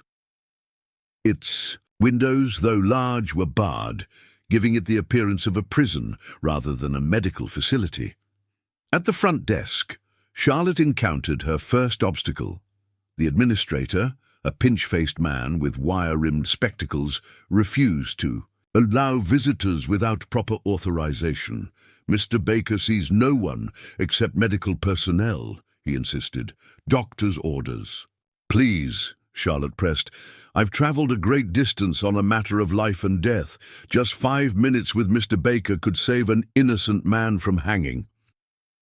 The administrator remained unmoved until a tall woman in a crisp nurse's uniform approached from a side corridor.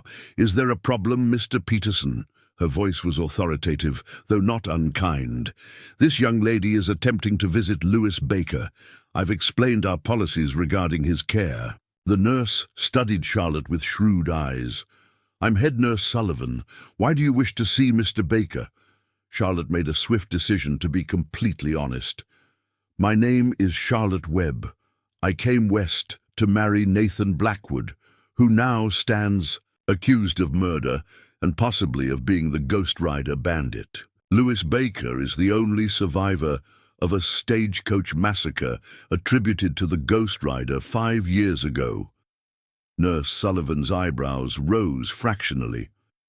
An interesting story, Miss Webb. Please, follow me.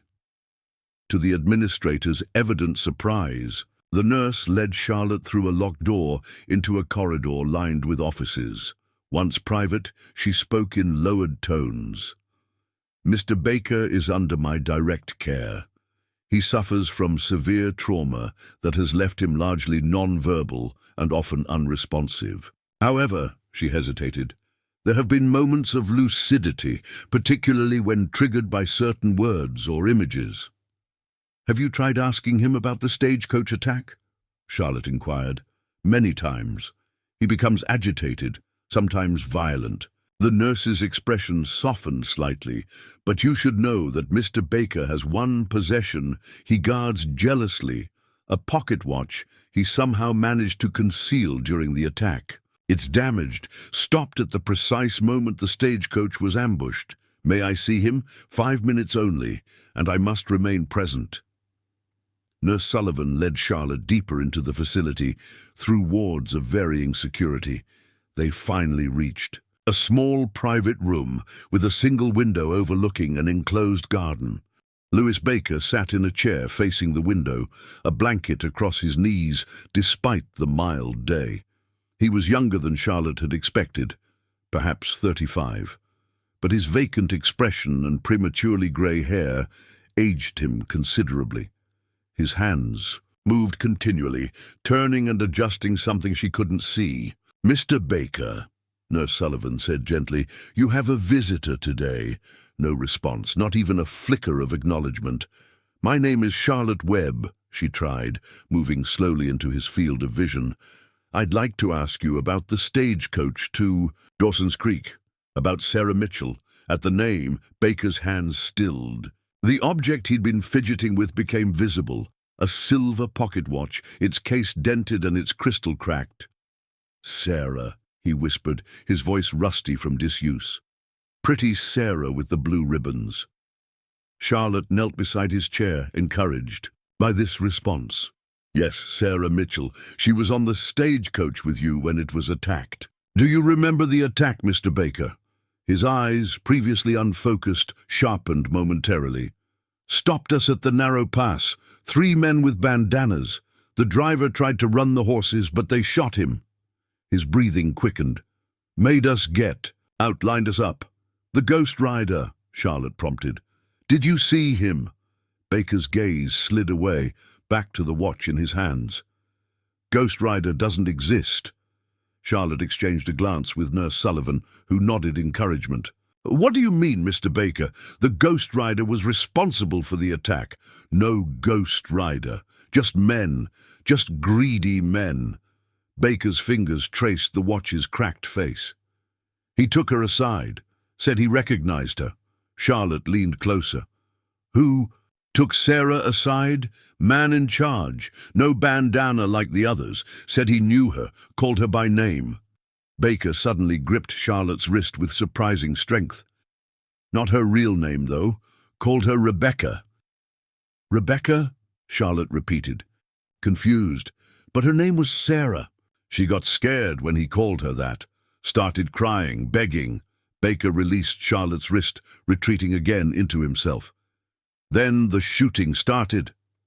Mr. Baker, the man who called Sarah by another name. Would you recognize him if you saw him again? For a long moment, Baker said nothing, staring at his watch. Then, with painful slowness, he nodded once. We have a photograph of Nathan Blackwood at the front desk, Nurse Sullivan said quietly. Part of Mr. Baker's admission records. The Army provided images of local residents to see if any might trigger recognition. Could you bring it, please? Charlotte requested, hope rising in her chest. If Baker could confirm that Nathan wasn't the man who led the attack, it would be a significant step toward proving his innocence. As the nurse departed, Charlotte noticed a change in Baker's demeanor. His rocking had intensified, and he clutched the watch so tightly his knuckles whitened. Mr. Baker, she said soothingly, you're safe here. No one will harm you. Not safe, he mumbled. Never safe. He found me here. A chill ran down Charlotte's spine. Who found you here? Man from the stagecoach, the one who called her Rebecca. Baker's eyes darted to the door, then back to Charlotte. Came dressed as a doctor, asked questions, said he'd come back if I ever told anyone. Nurse Sullivan returned, with a folder containing several photographs. She displayed them one by one before Baker, watching carefully for his reaction. Nathan's photograph showed a serious-faced man with intelligent eyes and a neatly trimmed beard. Charlotte studied it hungrily, her first glimpse of the man she had come to marry. Baker gave no reaction to this image, nor to several others of Silver Creek residents. This is the last one, Nurse Sullivan said, presenting a photograph of Jonathan Spencer. Baker's reaction was immediate and violent. He knocked the photograph away with a cry of terror, then curled into himself, rocking and moaning. That's enough, the nurse declared, gathering the scattered photos. He needs to rest now. Outside Baker's room, Charlotte struggled to process what she had learned. He recognized Spencer. Jonathan Spencer was on that stagecoach leading the attack. So it would seem, Nurse Sullivan agreed, though Mr. Baker's testimony would hardly stand in court given his condition. But it confirms what I've begun to suspect, that Spencer was the criminal, not Nathan.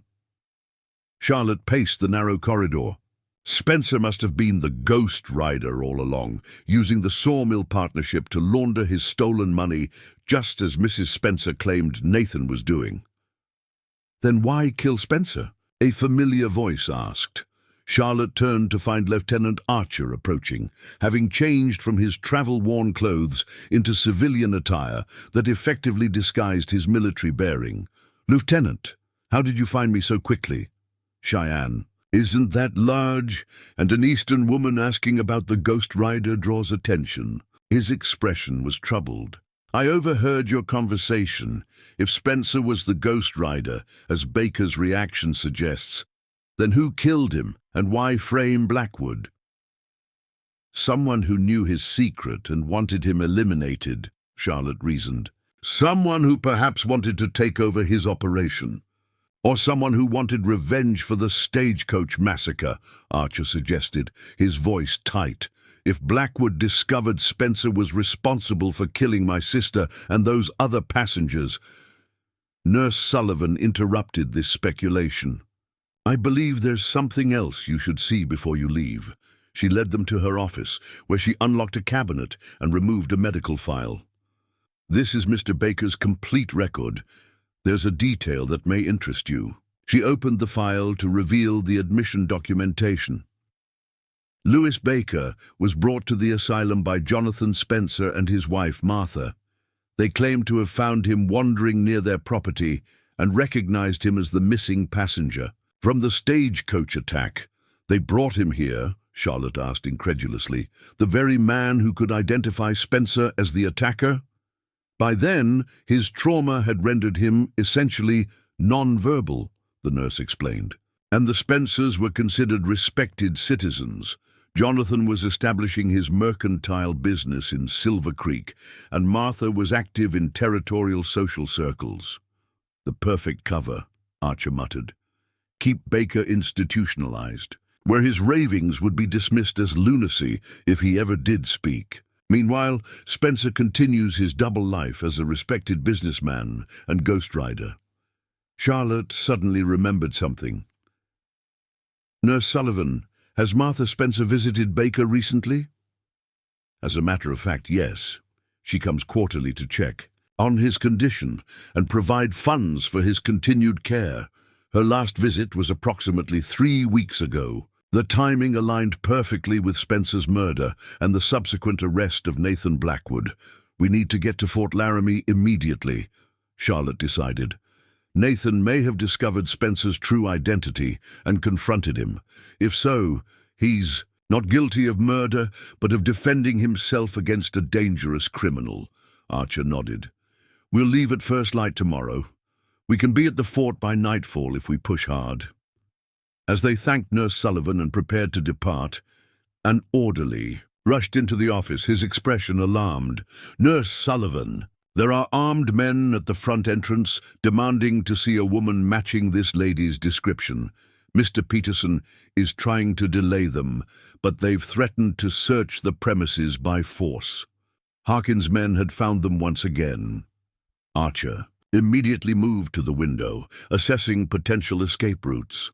"There's a service entrance through the kitchen," Nurse Sullivan offered, maintaining remarkable composure. "I can guide you there while my staff delay these intruders." As they hurried through the asylum's back corridors, Charlotte's mind raced. How had Harkin's men traced them to Cheyenne so quickly? And why was capturing her so important to them? They emerged into a delivery area where supply wagons unloaded provisions for the asylum. A stable boy was just finishing with a team of draft. "Horses! We need your horses," Archer told him, flashing the badge from his uniform jacket. "Military emergency." The startled youth nodded, helping them quickly transfer their saddlebags from their exhausted mounts to his fresher animals. As they prepared to depart, Charlotte turned to Nurse Sullivan. "What will happen to Mr. Baker after we leave? If those men realize he spoke to us—" "I'll have him moved to our secure ward under a different name," the nurse assured her. "His safety is my primary concern."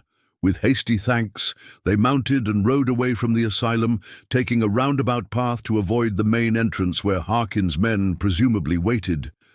They had barely reached the outskirts of Cheyenne when shots echoed behind them. "They've spotted us," Archer called, urging his horse to greater speed. "Head for the river crossing." They galloped eastward, toward the flat expanses that would eventually lead to Fort Laramie. Behind them, the pounding of pursuing hoofbeats grew steadily louder. Their fresh mounts gave them an initial advantage, but Harkin's men were gaining. "There!" Archer pointed to a narrow ravine cutting through the prairie. We can lose them in the broken ground. The ravine offered temporary shelter from their pursuers' line of sight and gunfire. As they navigated its twisting path, Charlotte reviewed what they had learned at the asylum. If Spencer was the ghost rider, and Martha knew about it, she might have killed him herself when he became a liability, she reasoned, raising her voice over the thunder of hooves, and framed Blackwood to eliminate a business rival while protecting herself, Archer added. But that doesn't explain Harkin's interest in you. The ravine widened into a small valley, bisected by a shallow stream. As they splashed across, a rifle shot kicked up water beside them. On the ridge above, silhouetted against the setting sun, stood a lone rider. It's Harkin himself. Archer recognized the outlaw leader's distinctive profile. He's cut us off. More. Riders appeared behind them, blocking their retreat. They were trapped. Into those rocks, Archer directed, pointing to a jumble of boulders near the valley wall. We can hold them off there. Dismounting, they led their nervous horses into the relative shelter of the rock formation.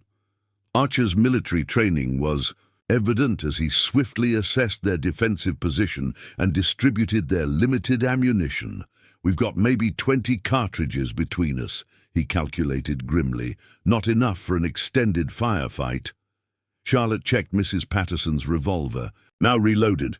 Why is Harkin so determined to capture me? What could I possibly know that threatens him? I don't think it's what you know, Archer replied, watching as Harkin's men established a perimeter around their position. It's what you are.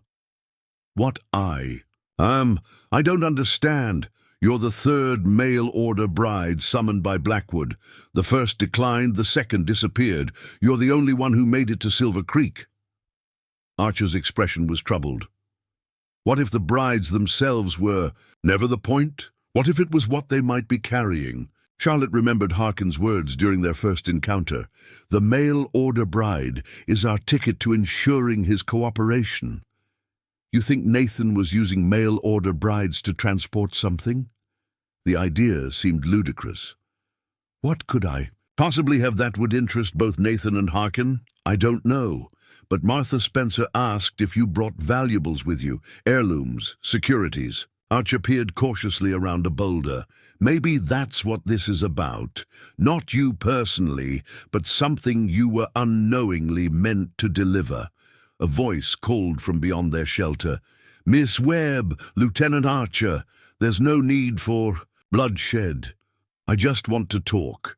Robert Harkin had dismounted and stood in plain sight, arms raised to show he was temporarily unarmed, though Charlotte had no doubt his men had rifles trained on their position. Then talk from there, Archer replied, keeping his rifle ready. We're listening. I've been misrepresented to you, Miss Webb, Harkin called. I'm not your enemy. In fact, I'm trying to save your life.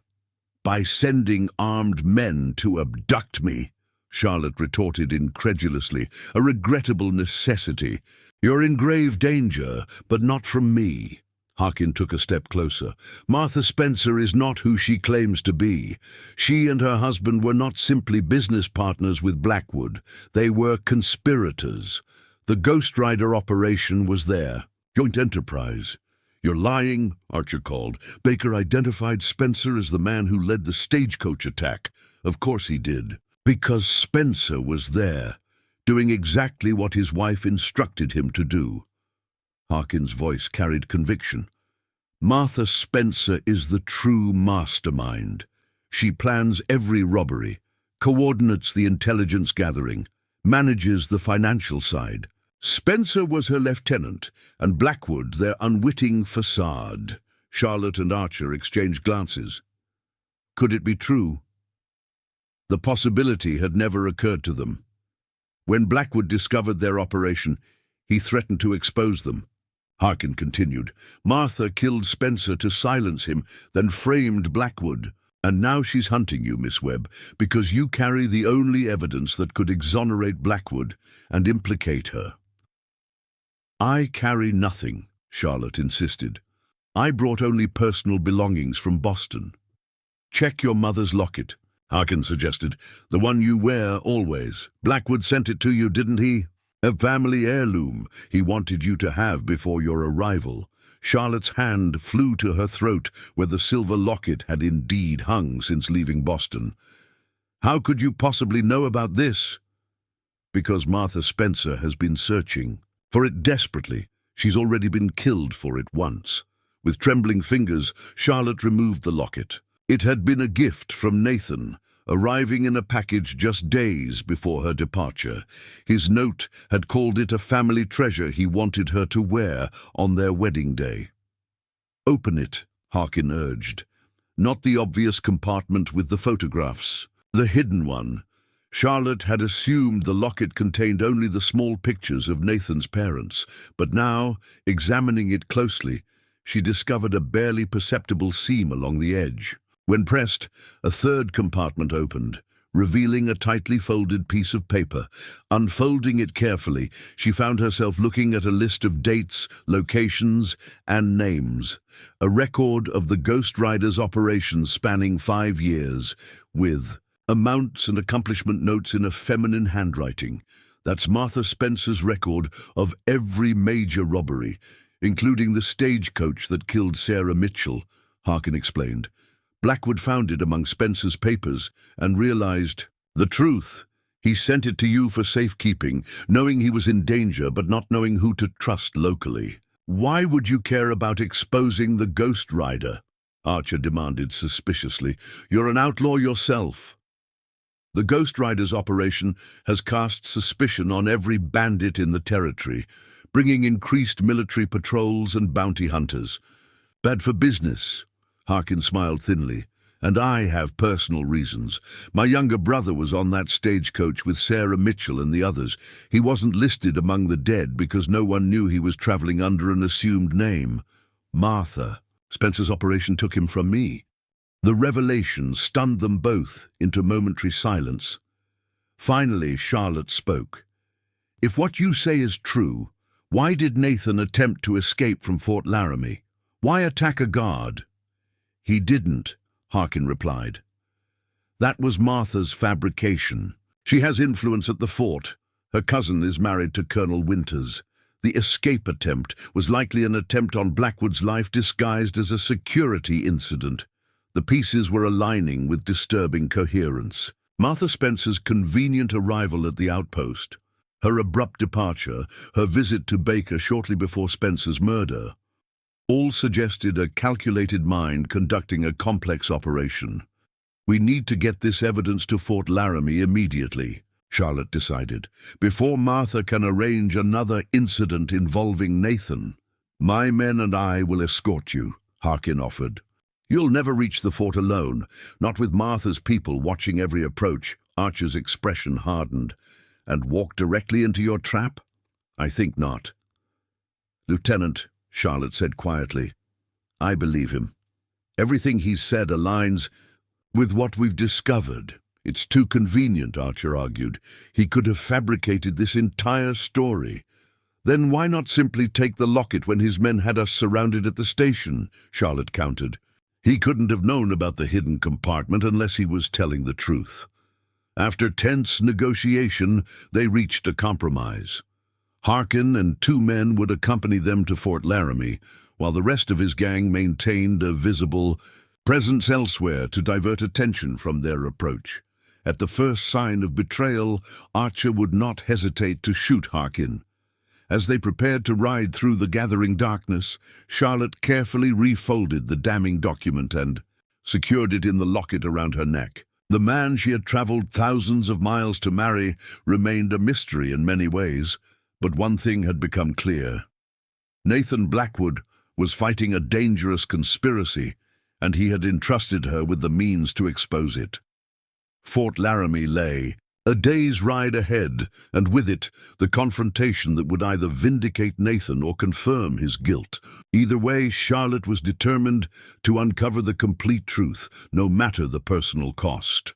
Fort Laramie appeared on the horizon at dusk, its flag hanging limp in the still evening air. Charlotte, Lieutenant Archer, and their unlikely escort, Robert Harkin, and 2 of his men, approached cautiously, stopping in a stand of cottonwoods half a mile from the fort's gates. "We can't simply ride in together," Archer said, studying the sentry positions through his field glass. "Harkin is a wanted man, and your men would be recognized as bandits immediately." "I didn't plan to stroll through the front gate, Lieutenant," Harkin replied dryly. "My business is with Martha Spencer, not the United States Army." Charlotte touched the locket at her throat, feeling the weight of its hidden contents. "What matters is getting this evidence to someone who can help Nathan. Someone who isn't under Martha Spencer's influence. There's a judge advocate named Hammond stationed at the fort," Archer suggested. "He arrived recently from Washington to review military legal proceedings. Spencer's cousin, Colonel Winters, would have had limited opportunity to influence him." Harkin nodded approvingly. "Sensible. But there's another problem. Martha Spencer herself. My sources indicate she arrived at Fort Laramie yesterday, ostensibly to prepare for her husband's murderer's trial. She must suspect we've discovered something," Charlotte reasoned. "Otherwise, why send men to intercept us at the asylum?" "She's eliminating loose ends," Harkin agreed.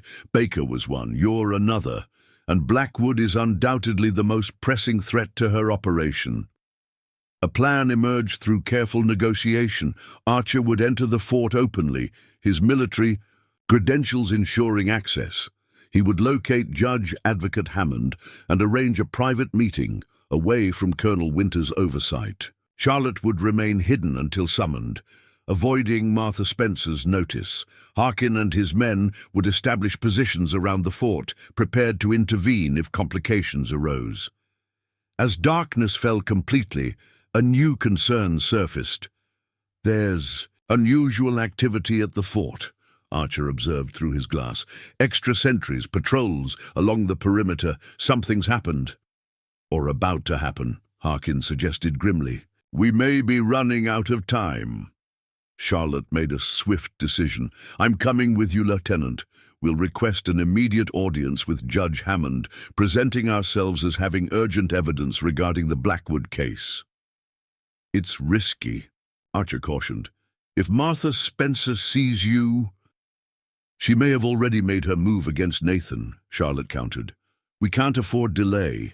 With reluctant agreement from both men, Charlotte and Archer prepared to approach the fort, while Harkin and his men positioned themselves strategically around the perimeter. They would meet again at dawn at these same cottonwoods, if all went according to plan. The sentries challenged them at the gate, their manner more alert than typical evening watch. Archer presented his credentials, explaining they had important information for Judge Advocate Hammond regarding a pending case. "The Judge Advocate is in conference with Colonel Winters, sir," the corporal informed them after examining Archer's papers. "There's a situation developing." "What situation?" Archer asked sharply. The soldier hesitated, then lowered his voice. "The prisoner Blackwood, sir. He was found unconscious in his cell an hour ago. Poisoned, the doctor says. May not survive the night." Charlotte felt the ground tilt beneath her.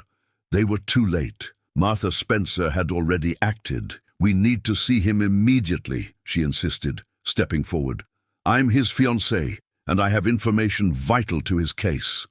The corporal looked uncertain, but Archer's rank and authoritative manner prevailed. They were escorted through the fort's busy central grounds toward the infirmary, a one-story building near the officers' quarters. Guards stood at attention outside its entrance. Inside, they found a scene of controlled urgency. A military doctor directed two orderlies as they tended to a man on a narrow bed. Colonel Winters, a tall, austere figure with a precisely trimmed grey beard, stood nearby in conversation with an older man in civilian clothes, presumably Judge Hammond. And there, watching from a corner with a handkerchief pressed to her lips in apparent distress, stood Martha Spencer. Her eyes widened momentarily when she spotted Charlotte and Archer, but she quickly composed herself. "Lieutenant Archer," she greeted with appropriate solemnity. "What a surprise! And Miss Webb, you finally arrived, though under tragic circumstances. Before either could respond, Colonel Winters approached, his expression severe. "Lieutenant, explain your presence. You were assigned to escort Miss Webb to Silver Creek, not Fort Laramie. Circumstances changed when we discovered evidence pertinent to Nathan Blackwood's case, sir," Archer replied, saluting crisply. "Evidence that suggests he may be innocent of Jonathan Spencer's murder." The civilian stepped forward with interest. "I'm Judge Advocate Hammond. What evidence do you have?" Charlotte moved toward the bed where Nathan lay unconscious, his face pale but unmistakably the same as the photograph she had seen in Cheyenne. After traveling so far, after facing so many dangers, she was finally in the same room with the man she had come to marry, and he might be dying before her eyes. "What happened to him?" she demanded of the doctor. "Poison in his evening meal," the physician replied without looking up from his work. "We've induced vomiting and administered activated charcoal, but considerable damage has been done." "How convenient," Charlotte said, turning to face Martha Spencer. "The accused dies before trial, preventing any testimony he might offer." Martha's expression registered appropriate shock at the accusation. "Miss Webb, you're distraught. Understandable given the circumstances, but I assure you—" "Save your performance," Charlotte interrupted, reaching for the locket at her throat. "I know the truth about you, about Jonathan, about the Ghost Rider operation." A fleeting calculation crossed Martha's features before she turned to Colonel Winters. "Colonel, this poor girl is clearly overwhelmed. Perhaps she should be escorted—" "The evidence, Miss Webb," Judge Hammond interjected, his keen eyes moving between the two women. Charlotte opened the locket, carefully extracting the folded document from its hidden compartment. As she handed it to Hammond, she noticed Martha's hand slipping into her skirt pocket. "She's armed," Charlotte cried, just as Martha produced a small Derringer pistol. What followed happened with bewildering speed. Martha seized Judge Hammond, pressing the weapon to his temple. "No one moves," she commanded, backing toward the door. "Colonel, order your men to stand down." Winters appeared genuinely stunned. "Martha, what is the meaning of this?" "Your devoted cousin-in-law has been orchestrating stagecoach robberies and murders for years," Archer informed him grimly, "including the one that killed my sister. That document proves everything," Charlotte added. "Records of every robbery, written in her own hand." Martha's composure had transformed into cold determination. "I've worked too long and too carefully to be undone by a mail-order bride and a vengeance-obsessed lieutenant." She gestured with the Derringer. "I'm leaving with the judge. Anyone follows, he dies." Before she could retreat further, a shot rang out from the infirmary's open window. Martha cried out, the Derringer flying from her suddenly bloodied hand. In the confusion, Judge Hammond broke free, and soldiers rushed to subdue the wounded woman.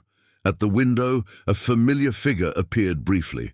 Robert Harkin tipped his hat to Charlotte before disappearing into the darkness. The next hours passed, in a flurry of statements, examinations, and revelations. Judge Hammond reviewed the document from the locket, confirming its significance.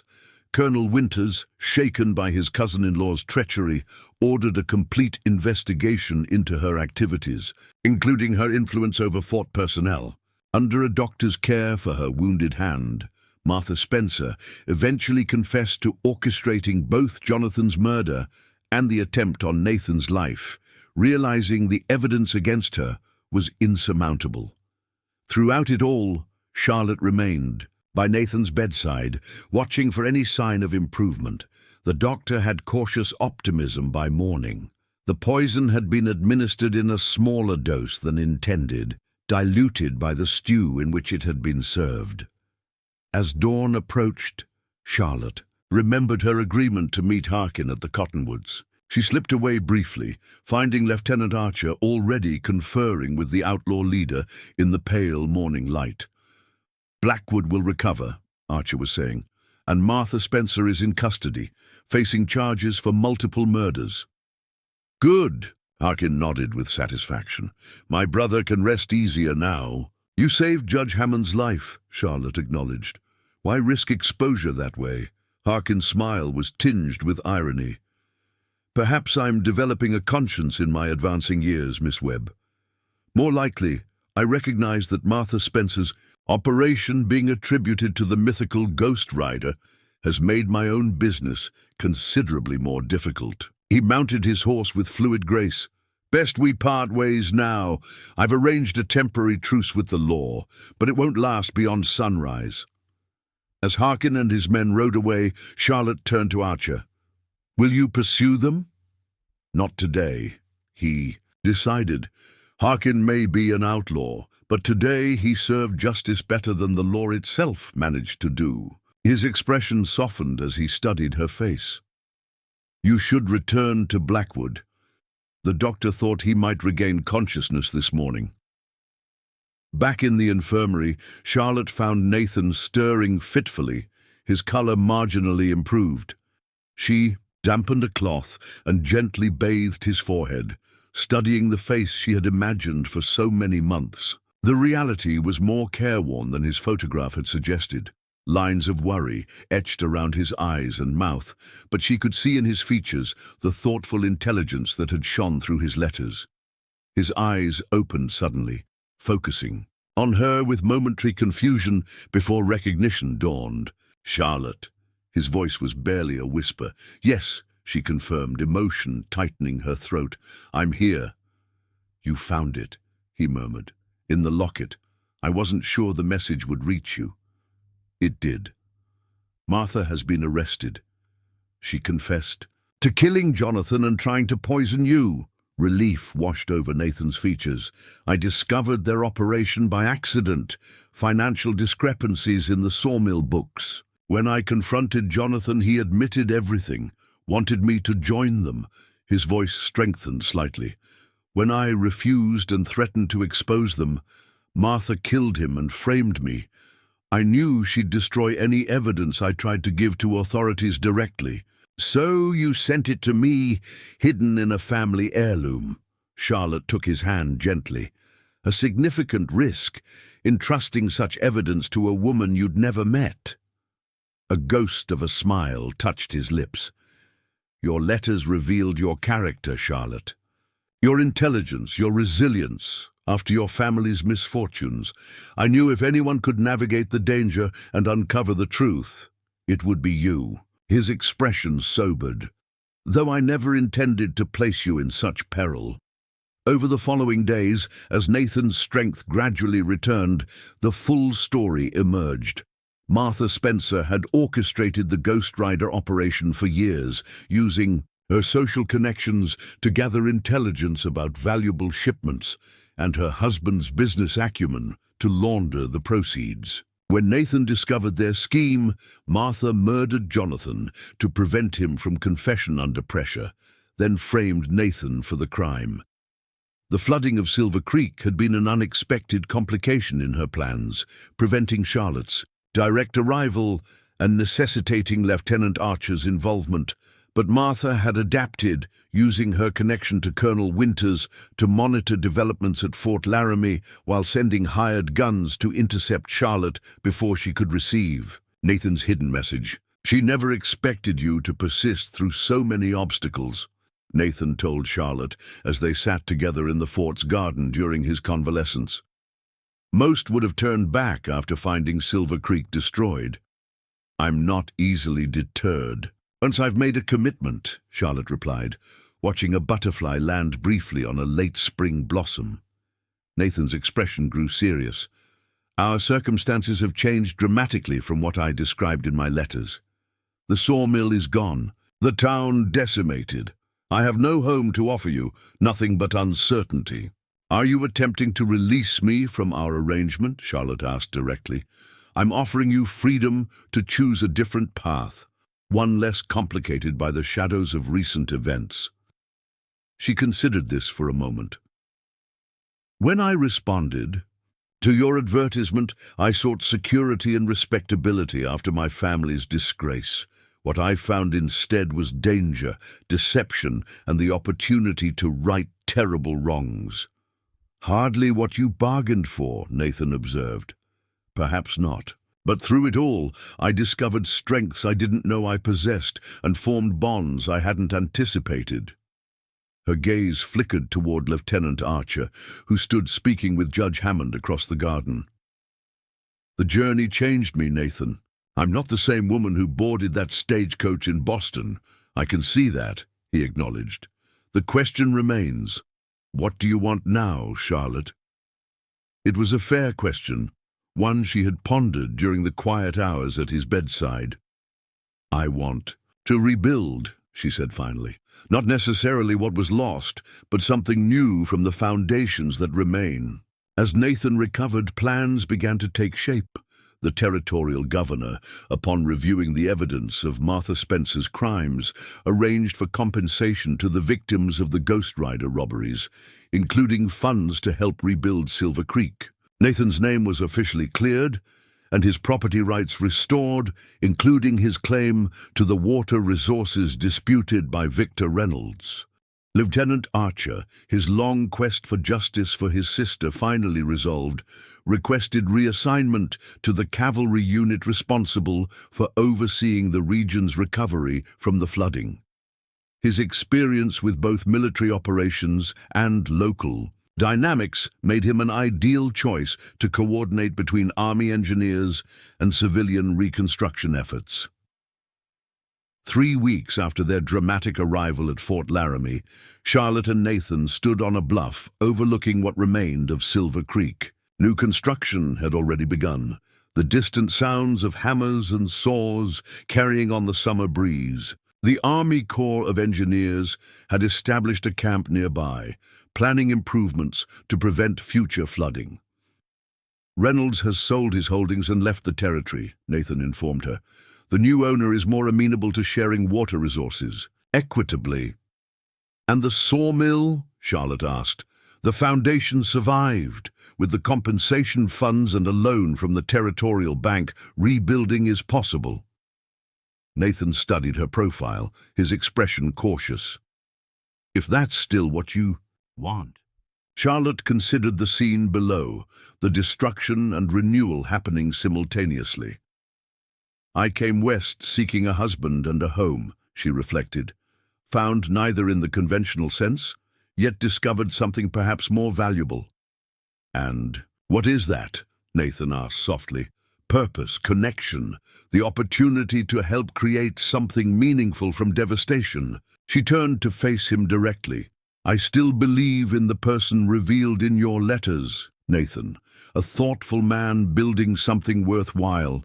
If your offer of partnership still stands, I accept it, though perhaps with a clearer understanding of its challenges than before. His smile held both wonder and gratitude.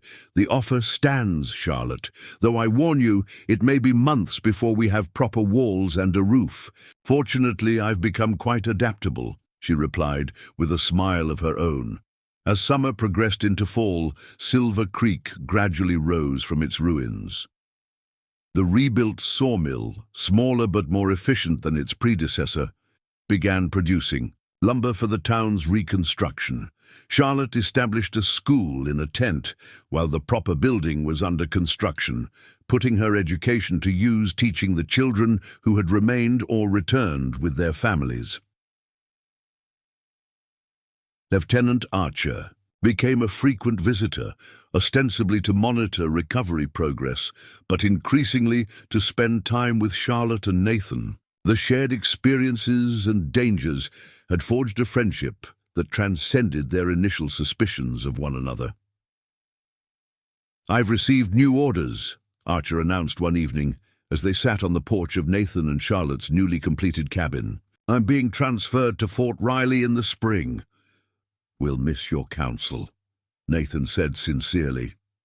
The two men had developed a genuine respect for each other's intelligence and integrity. Actually, Archer hesitated uncharacteristically, I've been authorized to establish a cavalry outpost near Silver Creek first. The Army recognizes the strategic importance of maintaining a presence here during reconstruction. Charlotte exchanged a knowing glance with Nathan. "How fortunate for all of us," she remarked, not bothering to hide her pleasure at the news. As October painted the surrounding hills in brilliant golds and reds, Charlotte stood beside Nathan in Mrs. Patterson's parlour, as the Reverend Williams pronounced them, husband and wife. The ceremony was simple, attended by the handful of townsfolk who had returned to Silver Creek and several officers from Archer's unit. Lieutenant Archer himself stood as Nathan's best man, a transformation none could have predicted when Charlotte first met him amidst the mud and ruins of the flood-ravaged town. Mrs. Patterson beamed with satisfaction, having maintained from the beginning that Charlotte would find her place in Silver Creek, though perhaps not in the way anyone had anticipated. That evening, as they walked along the creek that had given the town its name, Nathan handed Charlotte a small package. "A wedding gift," he explained. Inside, she found a new locket, similar to the one that had carried the evidence of Martha Spencer's crimes, but untainted by those associations. When opened, it revealed miniature sketches of Silver Creek, one showing the town before the flood, the other depicting the new community emerging from the ruins. "To remind us that what we build after destruction can be stronger than what existed before," Nathan said quietly. Charlotte fastened it around her neck, feeling its weight settle against her skin, a tangible symbol of a journey that had begun, with a mail-order bride advertisement, and culminated in a partnership founded on shared challenges overcome and truths hard won. As darkness fell over the valley, lights appeared in windows throughout the partially rebuilt town. Not all the scars of flooding had healed, nor had all the shadows of Martha Spencer's crimes fully dissipated, but life continued, adapting and growing around obstacles, finding new paths when old ones were washed away. Charlotte Webb Blackwood had come west seeking security and found instead a community in need of healing, a man wrongly accused, and her own capacity for courage in the face of deception and danger. What had begun as a practical arrangement had evolved into something far more meaningful, a life built not on illusions of perfect safety, but on the solid foundation of truth and shared purpose. The mail-order bride who had arrived at flood-swept ruins and news of murder had found her place after all, not in the life she had imagined, but in the one she had helped create from the wreckage of broken dreams and washed-away certainties. Up next, you've got two more standout stories right on your screen. If this one hits the mark, you won't want to pass these up. Just click and check them out. And don't forget to subscribe and turn on the notification bell so you don't miss any upload from us.